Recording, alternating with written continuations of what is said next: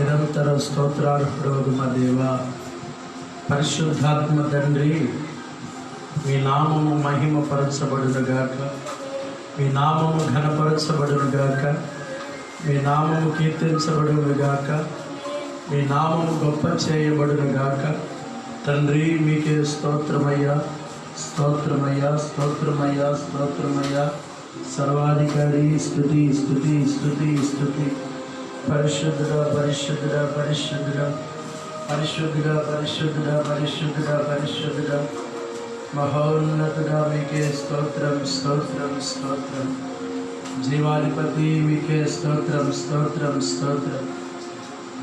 ప్రభు, మీకే స్తుతి స్తుతి స్తుతి స్తుతి స్తుతి స్తుతి. యేసు రక్తమే జయం, యేసు రక్తమే జయం.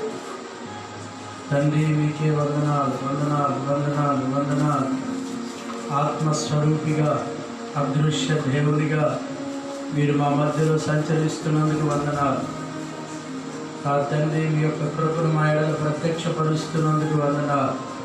మీ ప్రభావం మా మధ్యలోనికి తీసుకుని వస్తున్నందుకు వందనాలు. యేసు రక్తమే జయం, యేసు రక్తమే జయం, యేసు రక్తమే జయం, యేసు రక్తమే జయం, యేసు రక్తమే జయం, యేసు రక్తమే జయం, యేసు రక్తమే జయం. కృప వెంబడి కృప, కృప వెంబడి కృప. హల్లెలూయా హల్లెలూయా హల్లెలూయా హల్లెలూయా హల్లెలూయా. సర్వశక్తిమంతుడా, మీకే స్తుతులు నాయనా. సర్వాధికారి, మీకే స్తుతులు చెల్లిస్తున్నా. నా తండ్రి, మీకే స్తోత్రం స్తోత్రం స్తోత్రం స్తోత్రం. హల్లెలూయా హల్లెలూయా హల్లెలూయా. తండ్రి, మీకే స్తుతులు స్తుతులు స్తుతులు స్తుతులు స్తుతులు. సర్వశక్తిమంతుడా, మీకే స్తోత్రాలు స్తోత్రాలు స్తోత్రాలు స్తోత్రాలు. మా పక్షమై ఉన్నవాడా, మీకు స్తోత్రాలు స్తోత్రాలు స్తోత్రాలు స్తోత్రాలు. నాయనా, మీకే స్తుతులు స్తుతులు స్తుతులు స్తుతులు స్తుతులు స్తుతులు. యేసు రక్తం, యేసు రక్తం, యేసు రక్తం, యేసు రక్తం, యేసు రక్తం, యేసు రక్తం, యేసు రక్తం, యేసు రక్తం, యేసు రక్తం. స్తుతి స్తుతి స్తుతి స్తుతి స్తుతి స్తుతి. హల్లెలూయా హల్లెలూయా హల్లెలూయా. కృప కృప కృప కృప కృప కృప కృప కృప. స్తుతి గణ మహిమలు నీకే చెల్లునుగాక. హల్లెలూయా హల్లెలూయా. భీకర ధ్వని గల మార్గమునందు నన్ను స్నేహించిన నా ప్రియుడవు నీవు. భీకర ధ్వని గల మార్గమునందు నన్ను స్నేహించిన నా ప్రియుడవు నీవు.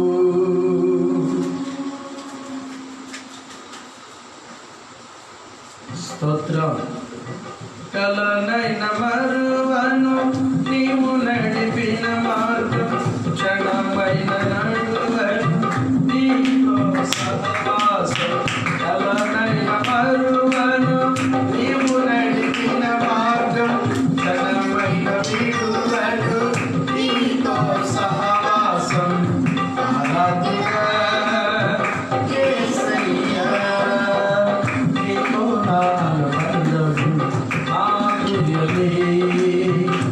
ఆరాధన యేసయ్యా, నీతో నా బంధము మాధుర్యమే. నీతో నా జీవితం సంతోషమే. నీతో నా బంధము మాధుర్యమే. నీతో నా జీవితం సంతోషమే. నీతో నా బంధము మాధుర్యమే. నీతో నా మాధుర్యమే. సంతోషమందైన శ్రమలయందైనను నా స్తుతి కీర్తనకు ఆధారము నీవు. సంతోషమందైన శ్రమలయందైనను నా స్తుతి కీర్తనకు ఆధారము నీవు.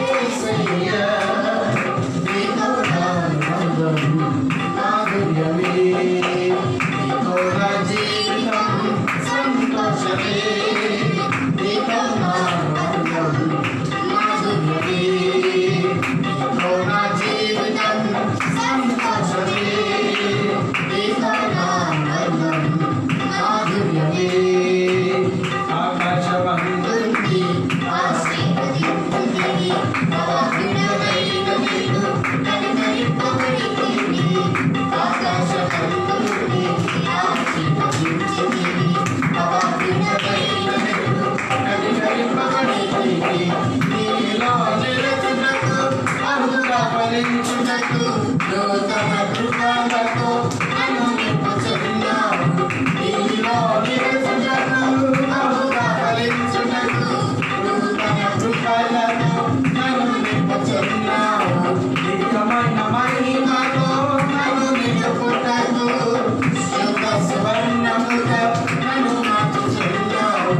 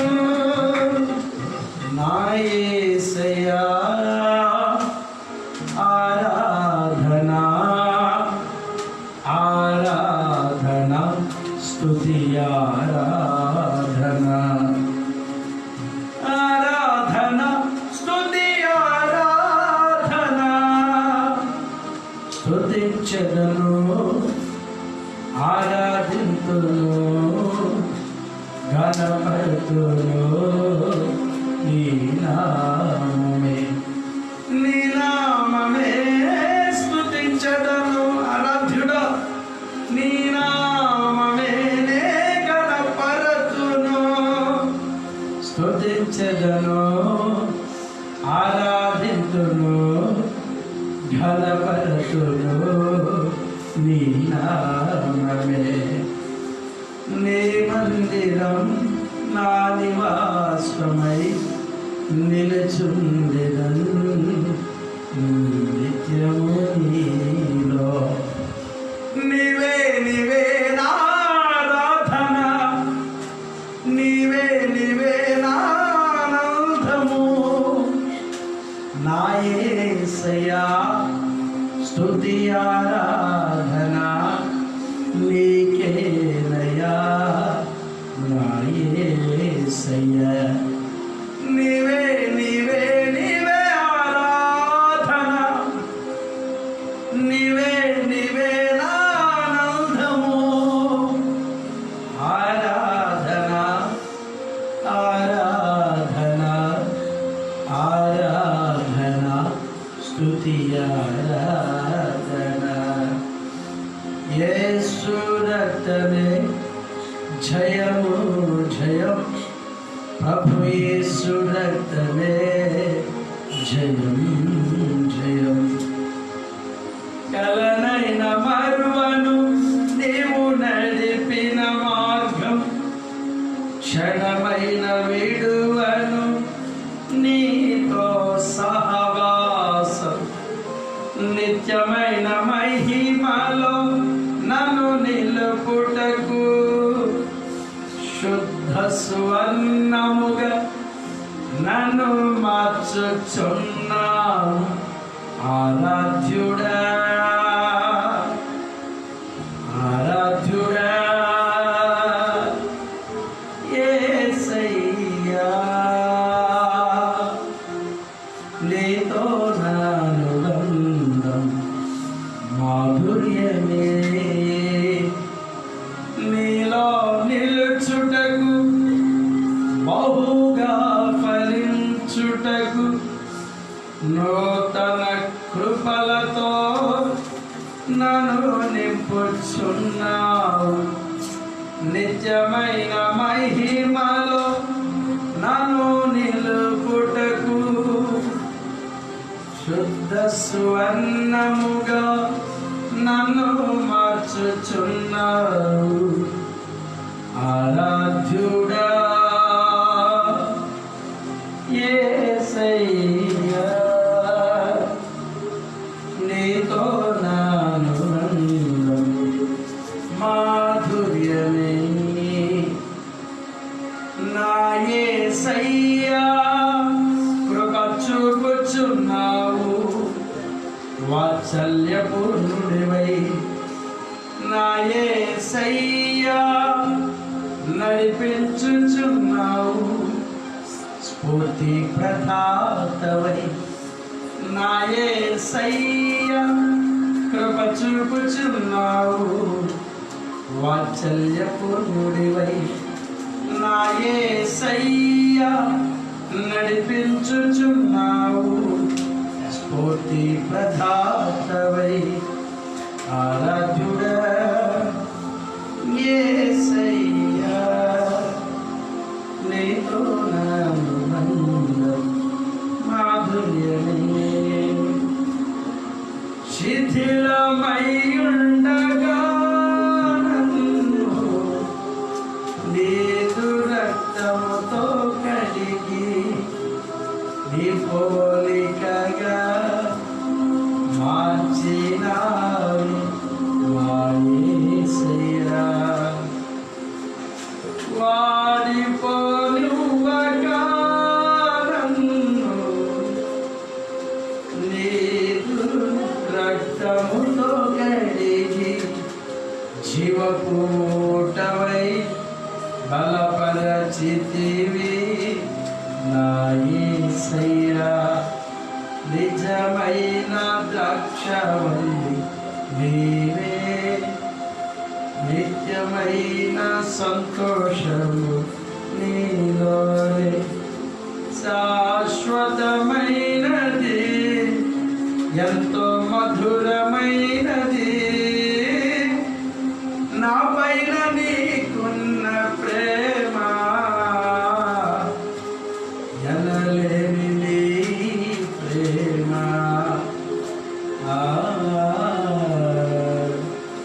ఎనలేని నీ ప్రేమ నిజమైన ద్రాక్షవల్లి నిత్యమైన సంతోషము నీలోనే సంతోషమందైన శ్రమలయందైన నా స్తుతి కీర్తనకు ఆధారము నీవు కలనైన మరువను నీవు నడిపిన మార్గం క్షణమైన విడువను నీతో సహవాసం నిత్యమైన మహిమలో నన్ను నిలుపుటకు నిన్ను నీవే బలి అర్పించుకున్నావు ఆరాధ్యుడా యేసయ్యా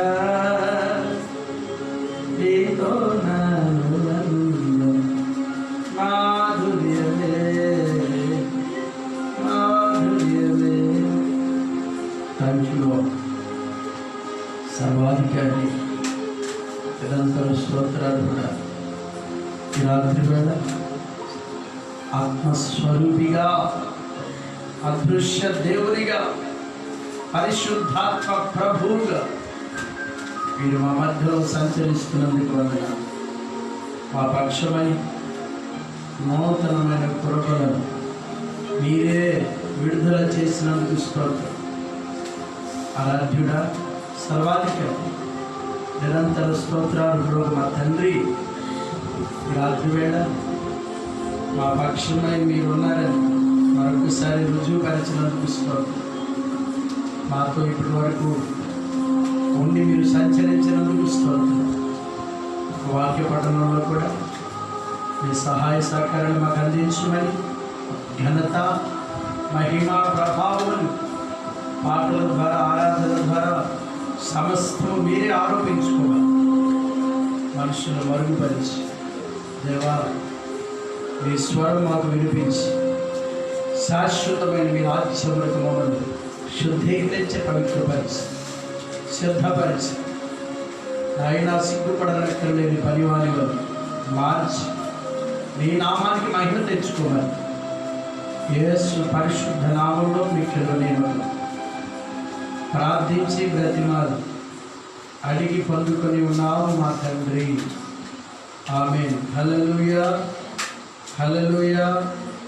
ప్రభు నామమునకు మహిమ కలుగును గాక. హల్లెలూయా హల్లెలూయా. దేవుని నామమునకు మహిమ కలుగును గాక. ప్రభు నామమునకు మహిమ కలుగును గాక. సమస్త మహిమ ఘనత ప్రభావములు యేసయ్య నామమునకే కలుగును గాక. హల్లెలూయా. ఈ యొక్క పరిశుద్ధాత్మ కలిపేట కొడుకుకు తోడి వచ్చిన మీ అందరికీ ప్రభు పేరిట 2 వందనాలు. దేవుడు మనందరినీ ఆశీర్వదించి దీవించునుగాక. ఆమేన్. హల్లెలూయా హల్లెలూయా. కొన్ని దినాలుగా మనం కొన్ని వాక్యాలు మనం ధ్యానం చేసుకుంటున్నాం. తండ్రిలో ఉన్న పరిపూర్ణమైనటువంటి లక్షణాలను మనం అనేక దినాలుగా చూస్తూ ఉన్నాం. ప్రభు ఆ విషయాలు మనతో మాట్లాడుతూ వచ్చారు. మొదటిగా ప్రభువులో ఉన్నటువంటి సంపూర్ణతను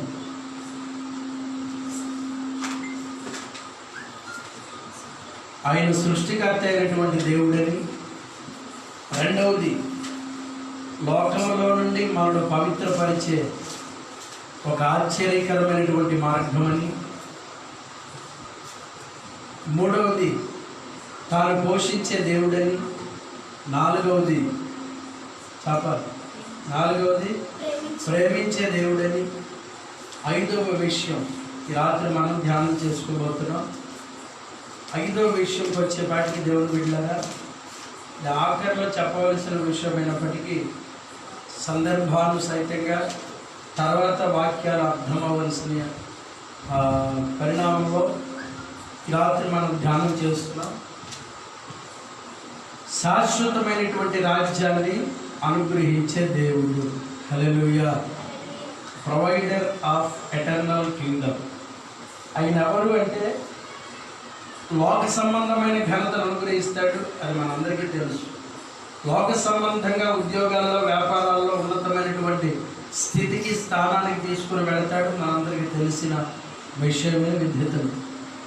ఆధ్యాత్మికంగా క్రైస్తవులమైనటువంటి మనము, క్రీస్తు శరీరంలో పాలు భాగస్తులుగా ఉంటున్నటువంటి మనం, శాశ్వతమైనటువంటి రాజ్యమునిచ్చే దేవుడని ప్రభువు మనం వెతకాలి. హల్లెలూయా. కొన్నిసార్లు మనం ప్రార్థించినట్లుగా కార్యాలు జరుగుతూ ఉంటాయి. కొన్నిసార్లు దేవుడే వాటిని వాయిదా వేస్తుంటాడు.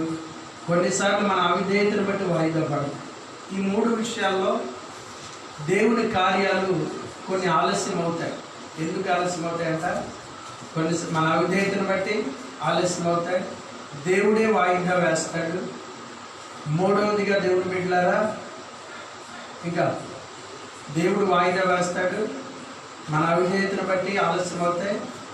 దేవుడు మనం అనుకున్నంత స్పీడ్గా కార్యాన్ని చేయడు. మనం అనుకుంటాం ఇవాళ ప్రార్థన జరిగింది కాబట్టి ఇవాళ ఖచ్చితంగా కార్యం జరుగుతుంది అని మనం అనుకుంటాం. కానీ ప్రభువుకు ఒక ప్రణాళిక ఉంటుంది, నిర్దేశమైనటువంటి ప్రణాళిక. ఆయన స్పెసిఫికేషన్స్ ప్రకారం ఆయన ఎప్పుడు చేయాలన్నది ఆయనకు తెలుసు కనుక, నువ్వు ఎప్పుడు చేస్తావు అని అడిగే అధికారం ఈ భూప్రపంచంలో ఎవరికి లేదు కనుక, ఆయన తన హృదయాన్ని బట్టి, మన పరిస్థితులను బట్టి ఆయన ఎప్పుడు చేయాలో, ఎప్పుడు మనం ఆ కార్యానికి అర్హులము చూసి ఆయన జరిగించుకుంటూ వెళతారు. హల్లెలూయా. కాబట్టి ఇవన్నీ శరీర సంబంధమైన విషయాలను బట్టి దేవుణ్ణి ఎప్పుడూ కాటా వేయకూడదు. ఇది జరిగింది కనుక శక్తి కలిగిన వాడని, ఇది జరగలేదు కనుక శక్తి లేని వాడని ప్రభువుని ఎప్పుడు మనం అంచనా వేయకూడదు. దేవుడిని చూసే కోణం ఒకటి ఉంది. ఏంటా కోణం అంటే, దేవుడు దేనికి శిల్పి నిర్మాణకుడై ఉన్నాడో ఆ పునాదులు కలిగిన పట్టణం కొరకు ఎదురు చూడాలి. హల్లెలూయా. ఉదయం లేచిన దగ్గర నుండి సాయంత్రం వరకు శరీర సంబంధమైన ఆలోచనలు ఉంటాయి. ఇది మనుషులుగా ప్రతి ఒక్కరికి, మనందరికీ ఉండే బలహీనత. అయితే వాక్యం అంటుంది, దినాన్ని దేవుడు బిడ్డలారా, శాశ్వతమైనటువంటి రాజ్యం లేక నిత్య జీవము అనుగ్రహించే దేవుడని ప్రభువును మనం వెంబడించాలంట. హల్లెలూయా. ఇంకెవరు ఇవ్వరా అంటే, ఇంకా ఎవరు కూడా ఇవ్వలేనిది ఆ నిత్య జీవం అనే వరం. హల్లెలూయా. హల్లెలూయా. ఉదాహరణకు ఒక తలనొప్పిని తీసుకున్నాం. తలనొప్పి వచ్చింది, మన విశ్వాసాన్ని బట్టి ప్రార్థన చేయించుకుంటే తగ్గిపోతుంది. అదొక కోణం. జ్వరం ఉంది లేదా కడుపు నొప్పి ఉంది, మన విశ్వాసాన్ని బట్టి ప్రార్థన చేసుకుంటే తగ్గిపోతుంది. ఆ విశ్వాసంలో ఉండలేని వాళ్ళు గబుక్కున ప్రభు మీద ఆధారపడలేక కొన్నిసార్లు డాక్టర్ని ఆశ్రయిస్తారు. ఒకదానికి ఇంకొకటి జోడి ఉండదు. ప్రభు కాకపోయినా ట్యాబ్లెట్ వేసుకుని అయినా ఆ పని జరిగిపోతుంది. కానీ నిత్య జీవం అనే మార్గానికి మాత్రం ఒకే ఒక మార్గం. హల్లెలూయా. దానికి ఎక్కడ కొనుక్కొని తెచ్చుకునే ట్యాబ్లెట్ లాంటిది ఏది కూడా లేనే లేదు. స్వస్థతకి పలు రకాల మార్గాలు ఉన్నాయి. కొన్నిసార్లు దేవుడు బిడ్డలారా, శుద్ధీకరణ లేని వారికి కూడా దేవుడు కార్యాలు చేస్తాడు. కొన్నిసార్లు దేవుడు తన కార్యం పక్కింటి వారిని రక్షించాలని వేళలో చేస్తాడు. అలా రకరకాలు ఉంటాయి. అద్భుతాలు అనేది, స్వస్థతలు అనేవి శుద్ధీకరించబడిన వాడికే జరుగుతున్నాయి వాళ్ళంటే లేదు. అన్నిళ్ళు కూడా దేవుని సభలో స్వస్థపడినటువంటి అనేక సాక్ష్యాలు మనం వింటున్నాం. మరి వాళ్ళకి ఎలా జరుగుతున్నాయి అంటే, దేవునికి ఏదో ఒక పని ఉంటుంది, దాన్ని బట్టి ఆయన చేస్తాడు. కానీ నిత్య జీవం అనేది మాత్రం శుద్ధీకరించబడిన వాడికి మాత్రమే అనుగ్రహించబడుతుంది. హల్లెలూయా. హల్లెలూయా. ఏంటి అసలు నిత్య జీవం అంటే? ప్రభు వారికి ఒకరోజు కొంచెం కోపం వచ్చి యేసు ప్రభు వారు మాట అంటారు. దేనికన్నారు ఆ మాట అంటే, వాస్తవానికి మత్తయి సువార్తలో 19వ అధ్యాయం 16, 17 చదివిన తర్వాత మీకు నేను ఎక్స్ప్లెయిన్ చేస్తాను. సార్ చదవండి. మత్తయి సువార్త 19వ అధ్యాయం 16, 17.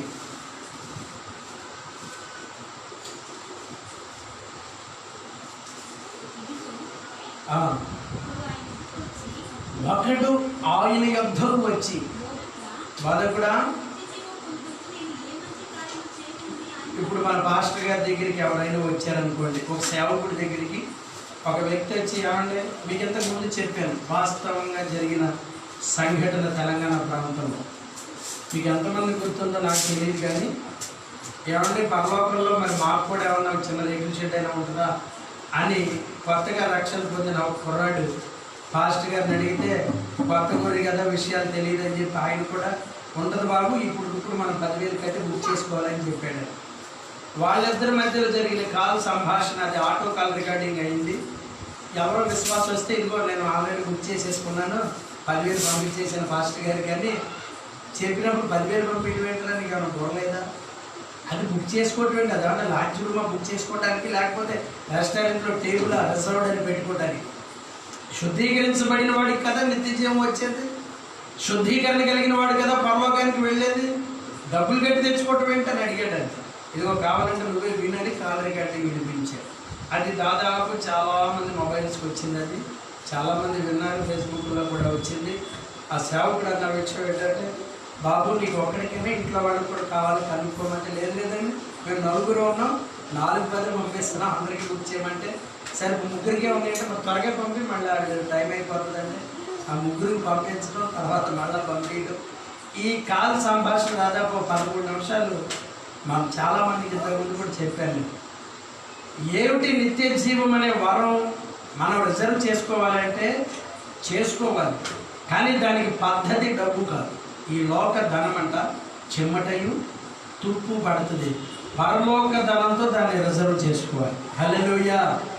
ఏ మంచి కార్యం చేస్తే నిత్య జీవం అనేది మనకు బుక్ అవుతుంది? ఇవాళ ప్రశ్న, ఏ మంచి కార్యం చేయాలి నేను బోధకుడా అని అడిగాడు పాస్టర్ గారు. ఆయన అసలు సిసలైనటువంటి సేవకుడు, బోధకుడు కనుక, మత్స మడత డాగు కలంశం లేనివాడు కనుక, కామక్రోధ మనమోహమాశ్చర్యము లేనివాడు, పవిత్రుడు, ఆజన్మ బ్రహ్మచారి, సర్వాధికారము కలిగినటువంటి దేవుడు కనుక ఆయన ఒక చక్కని మాట చెబుతారు అక్కడ. చదవండి ఆ విషయం. అందుకైనా మంచి కార్యముల గురించి నన్ను ఎందుకు అడుగుతున్నావు? మంచివాడు ఒక్కడే. నీవు నిత్య జీవంలో ప్రవేశించగోరిన ఎడల ఆజ్ఞను గైకొనమని చెప్పాను. హల్లెలూయా. ఆ మాట అన్నప్పుడు మనోడు ఏం చేయాలి? సైలెంట్గా పట్టుకొచ్చేయాలా? ప్రభు వారు ఎప్పుడు కూడా సాఫ్ట్ కోణంలో చెప్తారు. ఒకసారి వినకపోతే ఆయన చెప్పే విధానం చాలా హార్ష్గా ఉంటుంది. ఎంత ప్రేమమయుడో అంత రోషం కలిగిన దేవుడు కూడా. హల్లెలూయా. అక్కడే నుంచున్నాడు. ఉంటారు కొంతమంది ఇలాంటి వాళ్ళు. కాస్త వీళ్ళకి ఏంటంటే మరి మాంసం తిని మెదడు పనిచేదేమో తెలియదు, కానీ ఆ దినాల్లో మరి ఎందుకు నుంచున్నాడు? ప్రభు చెప్పారు, ఆజ్ఞ గైకుంటే నిత్య జీవం వస్తుంది నీకు. ఆజ్ఞ గైకుంటం అంటే ఏంటో తెలియకపోవడం ఏం లేదు ఆ దినాల్లో. ఎందుకంటే యూదులందరికీ ధర్మశాస్త్రం ఇంకా యేసు ప్రభు వారి కంటే ముందు తెలుసుకున్నారు. వారు వాళ్ళ శరీరానుసారంగా ఆలోచిస్తే యేసు ప్రభు వారు పుట్టడానికి ముందే వాళ్ళకి ధర్మశాస్త్రం తెలుసు. మరి ఆజ్ఞ గైకొనడం గురించి పెద్దగా అతనికి ఎక్స్ప్లెయిన్ చేయాల్సిన పని లేదు. కానీ అతను ఇంకొక మాట అడుగుతాడు. చదువు. అతడు ఇదేంటి, రోజు తెల్లారు లెగితే చర్చికి వెళ్తాడు, వాక్యం వింటాడు, ఏ ఆజ్ఞను మళ్ళీ ప్రభుని అడుగుతున్నాడు. ప్రభు వారి కోపం రాదా? వస్తుంది. చదవండి. ఏ ఆజ్ఞ గైకొనాలి? యేసు నరహత్య చేయవద్దు, దొంగిలించవద్దు, అబద్ధ సాక్ష్యం పలకద్దు. ఈ ఓపిక సేవకుల్లో ఉంటే తప్ప విశ్వాస నిత్య జీవానికి వెళ్ళాడు. కొంతమంది పాస్టర్లకి పాపం దేవుడి దేవాలయం ఓపిక ఉండదు. పాస్టర్ గారికి అష్టగ్రంథాలు ఇది అర్థం కాలేదంటే ఇడ్లీ పడడం పడతాను. అర్థమైంది మీకు? ఓపిక తక్కువ అన్నమాట. ఆయనకి ఎంత ఓపిక, ఎంత సాత్వికుడు అంటే ప్రభు ఆ సాత్వికానికి నిలువెత్తు అర్థం లాంటి వాడు. హల్లెలూయా. ఒక్కడికైనా మరలా వాక్యాలు బోధిస్తాడు. హల్లెలూయా అని అడిగాడు. ఏ ఆజ్ఞ పాటించడం మొత్తం చదివాడు ప్రభు. చూడండి, అసలు మామూలుగా అప్పుడు ఆయన ఉన్న టెన్షన్కి కాస్త విసుగు రావాలి. ఇంత కూడా విసుగు లేదు ఆయనలో. ఇవాళ విశ్వాసులు దేవుని బిడ్డలారా, నిత్య జీవానికి వెళ్ళలేకపోవటానికి, ఇలాగ దేవుని రాజ్యానికి వారసులుగా ఉండలేకపోవటానికి కారణం ఏమిటంటే సేవకుల్లో సాత్వికం కావాలి. చాలా జాగ్రత్తగా విన్నారు. వాక్యం అర్థం కానప్పుడు మరలా అడిగినప్పుడు మరలా చెప్పగలిగినటువంటి ఆ సాత్వికమైనటువంటి మనసు సేవకుల్లో ఉండాలి. నన్ను ఒక ఆయన ఫోన్లో అడుగుతూ ఉంటాడు వాక్యం గురించి. నేను అసలు విసుక్కు, నాకు చాలా ఆనందం అనిపిస్తుంది. గొప్ప కోసం చెప్పట్లా, ఆ మొదటి దినాలకి నీకు అట్టగే ఉంటుందిలే, 4 రోజులు మాట్లాడితే చెవుడు ఎప్పుడొద్దు అన్నట్టుగా చెప్తున్నాను. ఎన్నిసార్లు అడుగుతాడో ఒక విషయాన్ని, కానీ అన్నిసార్లు చెప్పడం వల్ల మనకు కలిగే లాభం ఏంటంటే మన హృదయంలో ముద్రించబడదు. హల్లెలూయా. జ్ఞానానికి ఉన్నటువంటి ఒక స్వభావం ఏంటంటే ఒకరికి చెప్పడం వల్ల తరిగిపోతుంట. అనేక మార్లు బోధించటం వల్ల తాను జ్ఞానాభివృద్ధి చెందుతాడు, అటువైపు వినే వ్యక్తి కూడా ఆ జ్ఞానంలో స్థిరపడతాడు. హల్లెలూయా. ఇతడు అడిగాడు, ఆజ్ఞ కైకొనడం అంటే ఏమిటి అంటే ఆయన మొత్తం చదివారు. చదివిన తర్వాత అందుకు యేసు నీవు 100% అవ్వాలంటే, చూడండి ప్రభు చెప్పిన మాట ఆ రోజుల్లోనే కాదు, ఇవాళ చాలామంది క్రైస్తవులకి నాతో సహా కోపం వచ్చే పని చెప్పాడు ఆయన. చాలామంది క్రైస్తవులకు ఆ రోజుల్లోనూ కోపం వచ్చింది, ఈ రోజుల్లో కూడా కోపం వస్తుంది. చదవండి. చూడండి, పరిపూర్ణుడొకటకు నీవు ఒకవేళ కోరిన ఎడల. ధనవంతుడంట సూది బెజ్జల్లో ఏంటది కనకాలి, సూది బెజ్జల్లో ఒంటి దూరిట సులభం అంటారు. దేనికి ప్రతిగా? ధనవంతుడు పరలోక రాజ్యంలో ప్రవేశించుట కంటే సూది బెజ్జంలో ఒంటె దూరుట సులభం అన్నాడు. ఆ మాటకి ఈ మాటకి కొంచెం అర్థం ఉంది.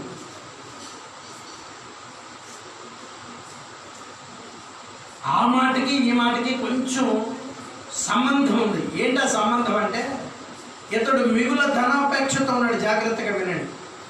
మంచి డబ్బు కలిగినోడు వచ్చినోడు యేసు ప్రభువు దగ్గరికి వచ్చిన మనసు అక్కడ రాయబడలేదు. కానీ మీరు ఈ వాక్యాన్ని లోతుగా అర్థం చేసుకుంటే అతను ఏ మనసుతో వచ్చాడో తెలుసా? ఈ ఎన్నో కొన్ని దినార్లు ఇస్తే, దినార్లు అంటారు కదా, వాళ్ళ సంపాదన ఏమంటారు? దినార్లు అంటారు. కొన్ని దినార్లు ఇస్తే నిత్య జీవం మనకు చీటీ ఇస్తాడు, పైకి వెళ్ళినప్పుడు చీటీ చూపిస్తే మనకు రూమ్ ఇస్తారు అనుకున్నాడు. ఆ మనసుతో వచ్చాడు అక్కడికి. ప్రభు అది గమనించాడు ఆధ్యాత్మికంగా. హల్లెలూయా. అతడు వచ్చిన మనసు ఏమిటంటే, ఒకసారి అడిగాడు, అయ్యా నిత్య జీవానికి వారసుడు అవ్వాలంటే నేనేం చేయాలి? ప్రభు అన్నాడు, ఆజ్ఞ అయిపో అన్నప్పుడు, ఎస్ సార్ ఆజ్ఞ అయిపోతాను, వెళ్ళిపోతే అయిపోద్ది, వాడి డబ్బులు వాడికి సేఫ్గా ఉండే కదా. అక్కడ నుంచి కదలకుండా ఇంకొక మాట అడిగాడు, ఆజ్ఞ అయిపోవడం అంటే ఏమిటి? ప్రభు వాక్యాన్ని వాక్యంగా బోధించి ఒక మాట అన్నాడు, నువ్వు ధనవంతుడు నాయన, అమ్మి బీదలకు ఇస్తే తప్ప నువ్వు పరలోకానికి వెళ్ళవు అన్నాడు. ఈయన కోరి ప్రభుత్వ తిని వెళ్ళాడు. అక్కడ ఒక మాట చెప్పినప్పుడు దాన్ని జాగ్రత్తగా వినకపోతే జరిగేది ఏంటో తెలుసా? రెండోసారి కూడా చెబుతాడు. ఆ రెండోసారి చెప్పే ప్రయత్నంలో ఆ విసుగుకు సంబంధించిన శిక్షను మనం భరించాల్సి వస్తుంది. అందుకే వాక్యాన్ని 1కి 10 మార్లు జాగ్రత్తగా అర్థం చేసుకోవాలి, వినబడేటట్లుగా. నేను ఒకసారి పెద్ద మీటింగ్కి వెళ్ళాను. పెద్ద మీటింగ్కి వెళ్ళినప్పుడు దేవుని వెళ్ళాక ఆ బాక్స్ సౌండ్ సరిగ్గా వినపట్టలేదు. మంచి సేవకుడు వాక్యం చెప్తున్నాడు, ఆ వాక్యం వినపడట్లేదు. అందరూ కూర్చొని పులిహోర పొట్లాలు మరమరాలు తెచ్చుకుంటున్నారు, తింటున్నారు, అంత బాగుంది, చేపలు వేసుకున్నారు, గడ్డి వేసుకున్నారు, కూర్చున్నారు, ఎడ్ల బండ్ల మీద, బస్సుల మీద, లారీల మీద వచ్చారు, బాగానే ఉంది. బాక్స్లో వాక్యం వినపడట్లేదు, ఒక్కడ పట్టించుకోవట్లేదు. అక్కడ లక్షల మంది జనాలు. సరే స్టేజ్ దగ్గర నాకు తెలిసిన ఆయన ఒక ఆయన ఉంటే ఫోన్ చేసి, అన్న వెనకమాల ఒక్క ముక్క వినబడితే ఉంటాను, ఇంతవరకు ఎవరు చెప్పలేదు ఏంటి అని. వెంటనే మొత్తం మీద ఎవరైనా బండి ఇచ్చి పంపించారు. వెనక్కి వచ్చి చూస్తే అసలు వెనకాల బాక్సులో ఎక్కడ సౌండ్ రావట్లేదు. దాదాపు మేము 12 మంది దాకా, 12-13 మంది కార్లో వెళ్ళాం. అస్సలు వినపట్టలేదు వెనక్కి. విసిగొచ్చి వెనక్కి తిరిగిపోదాం అనుకున్నప్పుడు మనలాగే చాలామంది ఇబ్బంది పడతారు, కాకపోతే తెలిసిన వాళ్ళలాగే చెప్పలేరు. ఒక మాట చెబుతావు లేని అక్కడ ఆపరేట్ చేసి ఆయన తెలిసిన ఆయన ఉంటే చెప్పాను. వెంటనే బాగు చేశారు, మళ్ళీ సౌండ్ వినపడింది. బాక్స్లో ఎక్కడో కనెక్షన్ తప్పుకుంది. అప్పుడు ఉదయకాలం మళ్ళీ ఫోన్లో మాట్లాడుతూ ఆ బ్రదర్ అంటాడు, ఇంత జనంలో వాక్యం ఉందామన్న ఆసక్తి ఎవడుకుంటుందని వాళ్ళ ఏదో వచ్చామా ఈ ఆవరణంలో మనకు కాస్త స్వస్థత దొరికిందా, వెళ్ళిపోయామా. కానీ వాక్యం అంటుంది, నువ్వు ఎక్కడికి వెళ్ళినా ఒక మాట సంపాదించుకొని రావాలి ఇంటికి. హల్లెలూయా. అక్షరం బ్రతికించదు, మాట మనం బ్రతికిస్తుంది. మళ్ళా చెప్తున్నాను, అక్షరం శరీరానుసారమైనది, మాట మాత్రం మన జీవానికి నడిపిస్తుంది. నిత్య జీవం కావాలన్నప్పుడు శ్రద్ధగా దేవుని వాక్యాన్ని వినాలి. సరిగ్గా చెప్పకపోతే ఏమంటాం? ఇదొక బాధ. ఇప్పుడు సంఘాల్లో వినకపోవటం అనేది ఒక తప్పు అయితే, చెప్పకపోవటం ఒక తప్పు అయితే. వాళ్ళ తప్పు ఒక కోణాలు ఉంటే, చెప్పకపోవటం కూడా ఒక తప్పు. 2 తప్పులు ఉంటున్నాయి. సరిగా దేవుని వాక్యం విభజించబడుతున్నప్పుడు ఆలకించకపోతే దేవుడు మళ్ళా చెబుతాడు. కానీ ఆ విసుగుకు సంబంధించినటువంటి కాస్త శిక్షణ మనం భరించవలసి ఉంటుంది. అందుకే చెవులు బాగా కనిపెట్టి దేవుని వాక్యాన్ని వినాలి. ప్రభు ఏం మాట్లాడుతున్నాడు? ఏ మాట నన్ను నిత్య జీవానికి నడిపిస్తుంది అనే హృదయం తెరవబడినటువంటి అనుభవాలలో దేవుని వాక్యాన్ని వింటే ఖచ్చితంగా నిత్య జీవానికి వారసులం అవుతాం. ఆయన అందుకే అన్నాడు, ఆజ్ఞ గైకుంటే నిత్య జీవానికి వెళతాం. జాగ్రత్తగా వినండి, ఆజ్ఞ గైకుంటే నిత్య జీవానికి వెళతాం. ఏ ఆజ్ఞ? అన్ని చదివాడు ఆయన. చదివిన తర్వాత అన్నాడు, అసలు నువ్వు వచ్చిన విషయం నాకు అర్థమైంది అబ్బాయి, నీ ఆస్తి మొత్తం అమ్మి నువ్వు బీదలకి ఇచ్చి నా దగ్గరికి రమ్మన్నాడు. దాని అర్థం ఏమిటంటే ధనముతో దేవుని రాజ్యాన్ని ఏ ఒక్కడు కూడా కొనలేడు. దీని ఇంకో కోణంలో చెప్తాను, జాగ్రత్తగా విని. బహుధర్మ కార్యాలు చేస్తూ హృదయం మార్చుకోరు కొంతమంది. పేదలకు పంచి పెడతా ఉంటారు, బెడ్షీట్లు, భోజనాలు, క్యాలెండర్లు, దుప్పట్లు అన్నీ పంచి పెడతారు. కోట్ల రూపాయలు ఖర్చు చేయి, నిత్య జీవం రాదు. ఒకడు ఆజ్ఞ గైకొనడం వలన మాత్రమే నిత్య జీవానికి వెళ్తాడు. హల్లెలూయా, హల్లెలూయా, హల్లెలూయా. ఇవన్నీ చేస్తున్నాను అంటే ఆయన ఉద్దేశం ఏంటంటే ఇవన్నీ నేను చేస్తున్నాను అన్నాడు. ఆ మాట కూడా ఉంటుంది అక్కడ. ఏమంటాడు? ఇవన్నీ నేను చేస్తున్నాను కదండి. అసలు ఈయన ఉద్దేశం ఏంటి? ఆజ్ఞ గైకోమని చెప్పాడు, బాగానే ఉంది.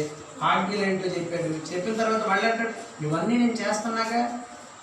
ఇప్పుడు మన దగ్గరికి ఎవరైనా వచ్చారు ఇంకా, నాన్న ఇలా ఉండకూడదు, నాన్న బాప్తిసానికి అలా ఉండాలన్నాం అనుకో, అవన్నీ నేను రోజు రెగ్యులర్గా చేసేవేనండి. పైకి కాదు, హృదయంలో తలంపులు నాశనం కావాలి. హల్లెలూయా. తలంపులు మచ్చుకైనా హృదయంలో ఉండటానికి వీల్లేదు. ఎందుకంటే మనం కూడా చెప్పారు మీకు, వ్యభిచారం మానవేయటం ఈజీ, దొంగతనం మానవేయటం ఈజీ, కానీ తలంపులు పోవటం అనేది చాలా కష్టం. దేవుడు ఎప్పుడు పై రూపాన్ని చూడు, హృదయాన్ని చూస్తాడు. హల్లెలూయా. అందుకే అతను పైకి ఏం మాట్లాడుతున్నాడు, ఇవన్నీ చేస్తున్నాను కదండి నేను, నాకంటే ఎవడున్నాడు వారసుడు నిత్య జీవానికి అన్నట్టుగా ప్రభు దగ్గర పోజు పడుతున్నాడు. ఆయన అన్నాడు, నువ్వు ఆస్తి బేదలకు ఇచ్చిరా, అప్పుడు నీకు నిత్య జీవం అన్నాడు. అసలు మోసం వచ్చిందని శుభ్రంగా వెనక్కి వెళ్ళిపోయాడు. అతను వచ్చిన మనసు, నేను చేస్తున్న ధర్మ కార్యాలను బట్టి దేవుడు నాకు రాజ్యం ఇస్తాడన్న మనసుతో వచ్చాడు. ఈ రాత్రి అటువంటి మనసు ఆవరణమును నిలిచిన మీకైనా, నాకైనా, ఈ లైవ్ టెలికాస్ట్ ద్వారా వింటున్న బిడ్డలకైనా, ఏ ఒక్కరూ కూడా ధనముతో దేవుని రాజ్యాన్ని కొనలేరు. హల్లెలూయా. ధర్మ కార్యాలతో దేవుని రాజ్యాన్ని కొనలేరు. మంచితనంతో దేవుని రాజ్యాన్ని, ధనముతో దేవుని రాజ్యాన్ని కొనలేరు. మంచితనంతో దేవుని రాజ్యాన్ని కొనలేరు. కొంతమంది అంటారు, ఏమంటే నేను అసలు ఏ తప్పు చేయను, బాప్తిసం పొందకపోయినా దేవుడు నాలంటి వాళ్ళు రక్షిస్తాడులే అన్న మనసుతో ఉంటారు కొంతమంది. ఉంటుంది కొంతమందికి ఈ మనసు, ఏమంటే మా పనులు మేమే ఉంటాం కానీ మీకంటే నిష్ఠగా ఉంటాం, మంచిదే, కానీ నువ్వు దేవుని రాజ్యానికి వెళ్ళవు. ఆ కొన్నేళ్ళ జీవితంలో దేవుడు అంటారు, బహుధర్మ కార్యాలు చేస్తున్నాడంట, ప్రార్థన చేస్తున్నాడంట, భయభక్తులు కలిగి ఉన్నాడు, కానీ అతనికి ఏం లేదు, రక్షణ లేదు. అందుకు పేతురుని పంపించారు అక్కడికి. పేతురుని పంపించి ఆ ఇంటితో పాటు 3,000 మంది రమారమి ఆ దినమున మారు మనసు పొంది బాప్తిసం పొందేటట్లు చేశాడు. హల్లెలూయా. ఒకని ధనము వాని నిత్య జీవాన్ని తీసుకొని రాలేదు. మంచితనం, ధర్మ కార్యాలు, సోషల్ యాక్టివిటీస్, లేక ప్రజలకు సహాయం చేసే మనసు, ఇవన్నీ దేనికి అంటే ఇక్కడ క్షేమంగా ఉండటానికి. ఇక్కడ మనం ప్రశాంతంగా బ్రతుకుతున్నాము అంటే నలుగురికి మంచి చేయబట్టి బ్రతుకుతున్నాం ఇక్కడ. కానీ నిత్య జీవానికి వారసుడు కావాలంటే దేవుని ఆజ్ఞను గైకొని తీరాలి. హల్లెలూయా. క్రొత్త నిబంధనలో ఒకే ఒక ఆజ్ఞ ప్రభు చెప్పారు. ఒకటి శత్రువుని ప్రేమించమన్నాడు, 2 పూర్ణ హృదయంతో ప్రభువుని ఆరాధించమన్నాడు, 3వది తండ్రి కుమార పరిశుద్ధాత్మ నామములో బాప్తిసం పొందాలి అని వారికి ఖండితంగా చెప్పారు.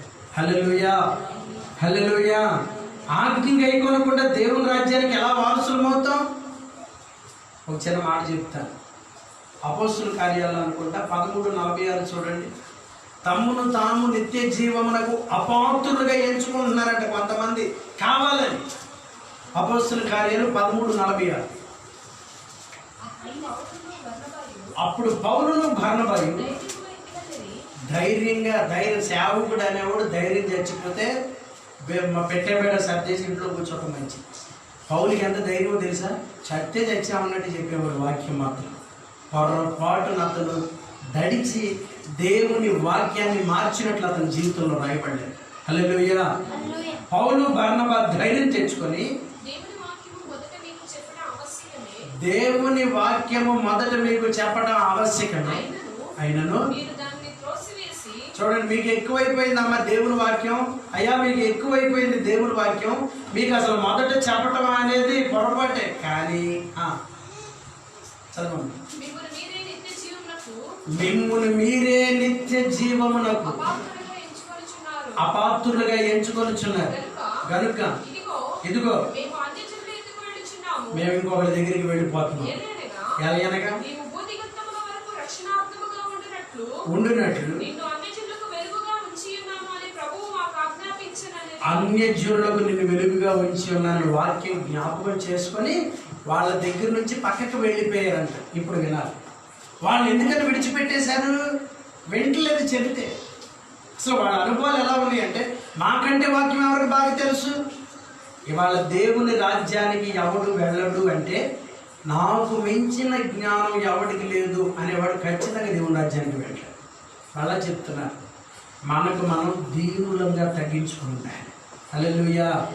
ఎంత ప్రార్థనా పరులమైనా, ఎంత స్వస్థత వరాలున్నా, ఎన్ని కృపా వరాల చేత ప్రజ్వరిల్లుచున్నా, దేవుడు స్వయముగా మాట్లాడే అనుభవం కలిగిన తన్ను తాను తగ్గించుకున్నవాడే దేవుని రాజ్యానికి వారసుడు అవుతాడు. వాళ్ళు నిత్య జీవానికి అపాత్రులుగా ఎంచుకుంటున్నారంట. కారణం ఏమిటి? మాకు తెలుసు దేవుని వాక్యం, పౌలు చెప్తేనే తెలియాలి వాళ్ళు మాకు. ఇలాంటి అనుభవం పాత నిబంధనలో ఒక ఫ్యామిలీలోకి వచ్చింది. ఎవరంటే ఒక గుంపుకి లీడర్ని పెట్టాడు మోషే. ఎవరిని లీడర్గా పెట్టాడంటే కోరహు కుటుంబాన్ని లీడర్గా పెట్టాడు. ఆ గుంపు అందరూ కలిపి ఎంతమంది అంటే 250 మంది. ఎంతమంది అంట చెప్పాలి? ఎంతమంది? 250 మంది. ఈ 250 మంది గుంపుకి కోరహు లీడర్గా ఉన్నాడు. జాగ్రత్తగా వినండి. సాతాను దూరిందో మరి ఏమో తెలియదు. కొంతమంది చూడండి, ఎప్పుడైతే నిత్య జీవానికి అపాత్రులుగా ఎంచుకునే మనసు వస్తుందో సాతాను ప్రవేశిస్తాడు. జాగ్రత్తగా విన్నారు. ఈ కోరహు ఎప్పుడైతే తిరుగుబాటు చేయడం ప్రారంభించాడో ఇంట్లో కుమారులు ఉన్నారు. మళ్ళా చెప్తున్నాను, ఇంట్లో ఎవరున్నారు? కుమారులు ఉన్నారు. వాస్తవానికి తండ్రి ఏ మార్గంలో వెళితే ఆ మార్గంలోనే నడవాలి. మనకు లోకంలో ఒక సామెత ఉంది. ఏమిటది? దూడ తండ్రి చేలో వేస్తే దూడ గట్టు మీద వేయదు. దూడ కూడా ఏం చేస్తుందంట? చేలోకే వెళుతుంది. రెండు ఒక చోటే ఉంటాయి. కానీ కోరహు కుమారులు అలా చేయలేదు. జాగ్రత్తగా విన్నారు. కోరహు కుమారులు కోరహు ఎదురు తిరుగుతున్నప్పుడు మోషే పక్షమై నిలిచారు కనుక దేవుడు వారిని రక్షించాడు. హల్లెలూయా. జాగ్రత్తగా విన్నారు. కోరహు కుమారులు సత్యాన్ని గ్రహించారు. పిలుపు కలిగిన వాడు ఎవడు? దేవుని ఆత్మ కలిగిన వాడు ఎవడు? తండ్రి అయినా దేవుని ఆత్మలో లేకపోతే తిరస్కరించాలి. ఎందుకో తెలుసా? నిత్య జీవం అనే వరాన్ని కోల్పోతాం. మళ్ళా చెప్తున్నాను ఈ మాట. నిత్య జీవం అనే వరాన్ని కోల్పోతాం. మనల్ని మనమే అపాత్రులుగా ఎంచుకుంటాం. ఏదో నాన్న చెప్పాడనో, అమ్మ చెప్పిందనో, మేనమామ చెప్పాడనో, లేకపోతే తల్లి చెప్పిందనో, లేక బంధువులు చెప్పారనో దేవుని వాక్యాన్ని పక్కన పెట్టావా?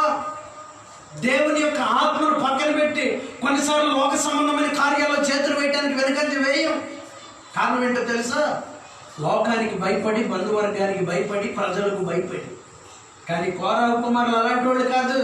మా నాన్నని ఏం జరిగినా పర్వాలేదు, మేము మాత్రం దర్శనాన్ని బట్టి ఉంటాం. హల్లెలూయా. మోషే పక్షాలు నిలిచారు కనుక వాళ్ళు మిగిలారు. లేకపోతే వాళ్ళతో పాటు వీళ్ళు కూడా భూమి నెరలు విడిచి మింగివేశారు. దేవుని బిడ్డలారా, ఒక మాట చెప్తున్నాను. కుటుంబంలో భర్త ఏదో చేస్తున్నాడనో, భార్య ఏదో చేస్తుందనో, బంధువులు ఏదో అన్నారనో దేవుని ఆజ్ఞను ప్రక్కన పెట్టకూడదు. మళ్ళా చెప్తున్నాను, ఎవరి ఆత్మ యొక్క స్థితిని బట్టి దేవుడు వారికి నిత్య జీవం ఇస్తాడు. తల్లిని బట్టి కూతురికి, కూతురుని బట్టి తల్లికి, లేకపోతే తండ్రిని బట్టి కుమారుడికి, కుమారుడిని బట్టి తండ్రికి, లేక మేనమామని బట్టి మేనరుడికి అలా ఇవ్వడు. ఇది వంశ పారంపర్య ఆచారం కాదు.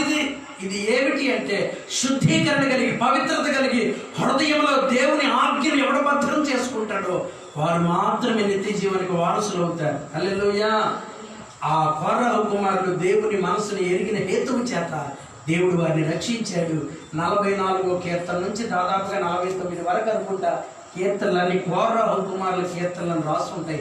ఎక్కడి నుంచి వచ్చారు వీళ్ళంటే అదే వాక్యంలో రాసి ఉంటుంది, వారి కుమారులను దేవుడు హతము చేయలేదు అని రాసి ఉంటుంది. తర్వాత చూపిస్తా సందర్భం వచ్చినప్పుడు. వాళ్ళు చనిపోయారంటే కానీ కుమారులు చనిపోలేదు. కారణం ఏమిటి?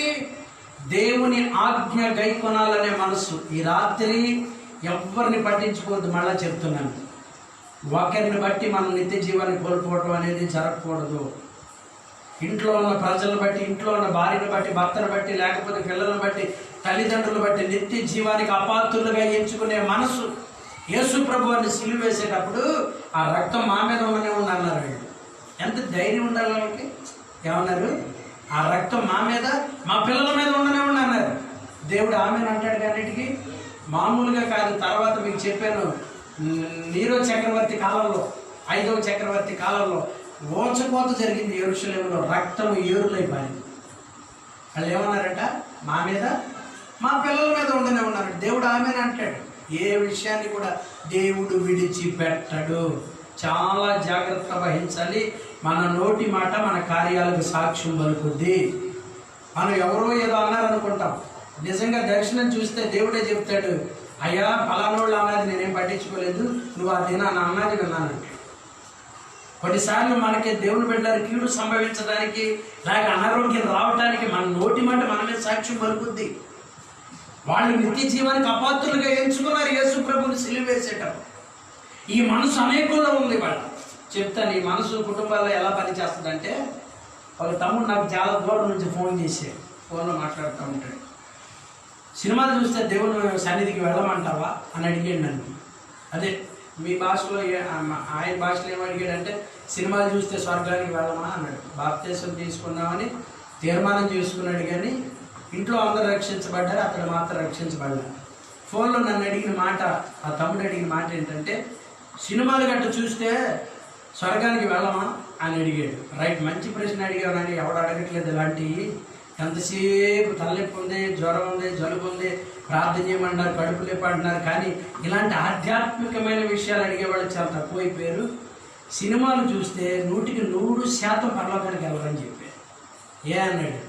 ఒకడు ఆజ్ఞ గైకొనుట వలన మాత్రమే నిత్య జీవానికి వారసుడవుతాడు. హల్లెలూయా.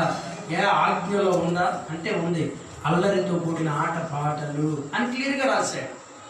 అతను అంటే లేదా అన్నయ్య, నేను పాటలు వచ్చినప్పుడు తీసేస్తాను, అశ్లీలమైన దృశ్యాలు వచ్చినప్పుడు తీసేస్తాను, ఇంకా చెప్పుకుంటూ వచ్చాను. నన్ను కన్ఫ్యూజ్ చేయడానికి ప్రయత్నించాడు. నేను కూడా అటువైపుగా వెళ్ళి మనసు వెంటనే, అరే అబ్బాయి ఒక మాట చెప్తున్నాను, 2 గంటలు సినిమా చూస్తావు, పావుగంట ప్రార్థన చేయగలవా? పావుగంట ప్రార్థన చేయగలవా? చేయలేము. మరి 2 గంటల సినిమా ఎట్లా చూడగలుగుతున్నా? పావుగంట ప్రార్థన చేయడానికి ఏమో లోన ఉన్నవాడు ఒప్పుకోడు. లోన దేవుడు ఉన్నాడుగా, లోపల ఎవడుంటాడు? సినిమాలు చూసేవాడికి, లేకపోతే సీరియల్ చూసేవాళ్ళకి, లేకపోతే సర్కస్లకి వెళ్ళాలని మనసు కలిగేవాళ్ళు, వీళ్ళందరికీ ఎలా ఉంటుందంటే, సర్కస్కి వెళ్ళి కాసేపు కూర్చుంటే నవ్విస్తాడు. వాక్యం ముందు కూర్చుంటే అంతకంటే ఎక్కువ సంతోషం కలుగుతుంది. హల్లెలూయా. నిజంగా వాస్తవంగా దేవుని వాక్యాన్ని ధ్యానించి క్రొవ్విని మెదడు దొరికిన వాడి వల్లే గంతులు వేసే అనుభవం ఇవాళ క్రైస్తవుల్లో మచ్చుకైనా కనబడట్లేదు.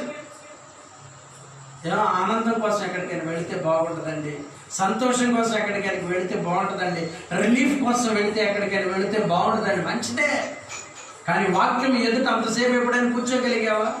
లేఖనం అంతసేపు ధ్యానించగలిగావా? వాక్యం అంతసేపు రాసుకోగలుగుతున్నావా? వ్యాఖ్యానం పక్కన పెట్టుకుని 4 మాటలు రాసుకొని ప్రజలకి నువ్వు వెళ్ళొచ్చిన జర్నీ విషయాలన్నీ చెప్పుకుంటా కాలాన్ని ముగించేస్తే ఆ 4 రోజుల ఆత్మలు ఎలా బ్రతుకుతాయి? నిత్య జీవానికి ఎలా వారసులు అవుతారు? దేవుడు మనకి ఇచ్చిన విలువైన సమయాన్ని ప్రకటించేటప్పుడు దేవుని బిడ్డ సామర్థ్యం కలిగి సేవకుడు ప్రకటించాలి. అదే వినగలిగిన, గ్రహింపు కలిగినటువంటి చెవులతో ఆ వాక్యాన్ని అంగీకరించాలి. హల్లెలూయా. ఎప్పుడో మనసు పెట్టకూడదు. నిత్య జీవానికి తమ్మును తామే అపాత్రులుగా ఎంచుకునే మనసు అంట. చాలా జాగ్రత్తగా ఉండాలి దేవుని బిడ్డలారా. ఇంకొక మాట, దానియేలు గ్రంథంలో 12:2 చదవండి. దానియేలు గ్రంథం 12:2.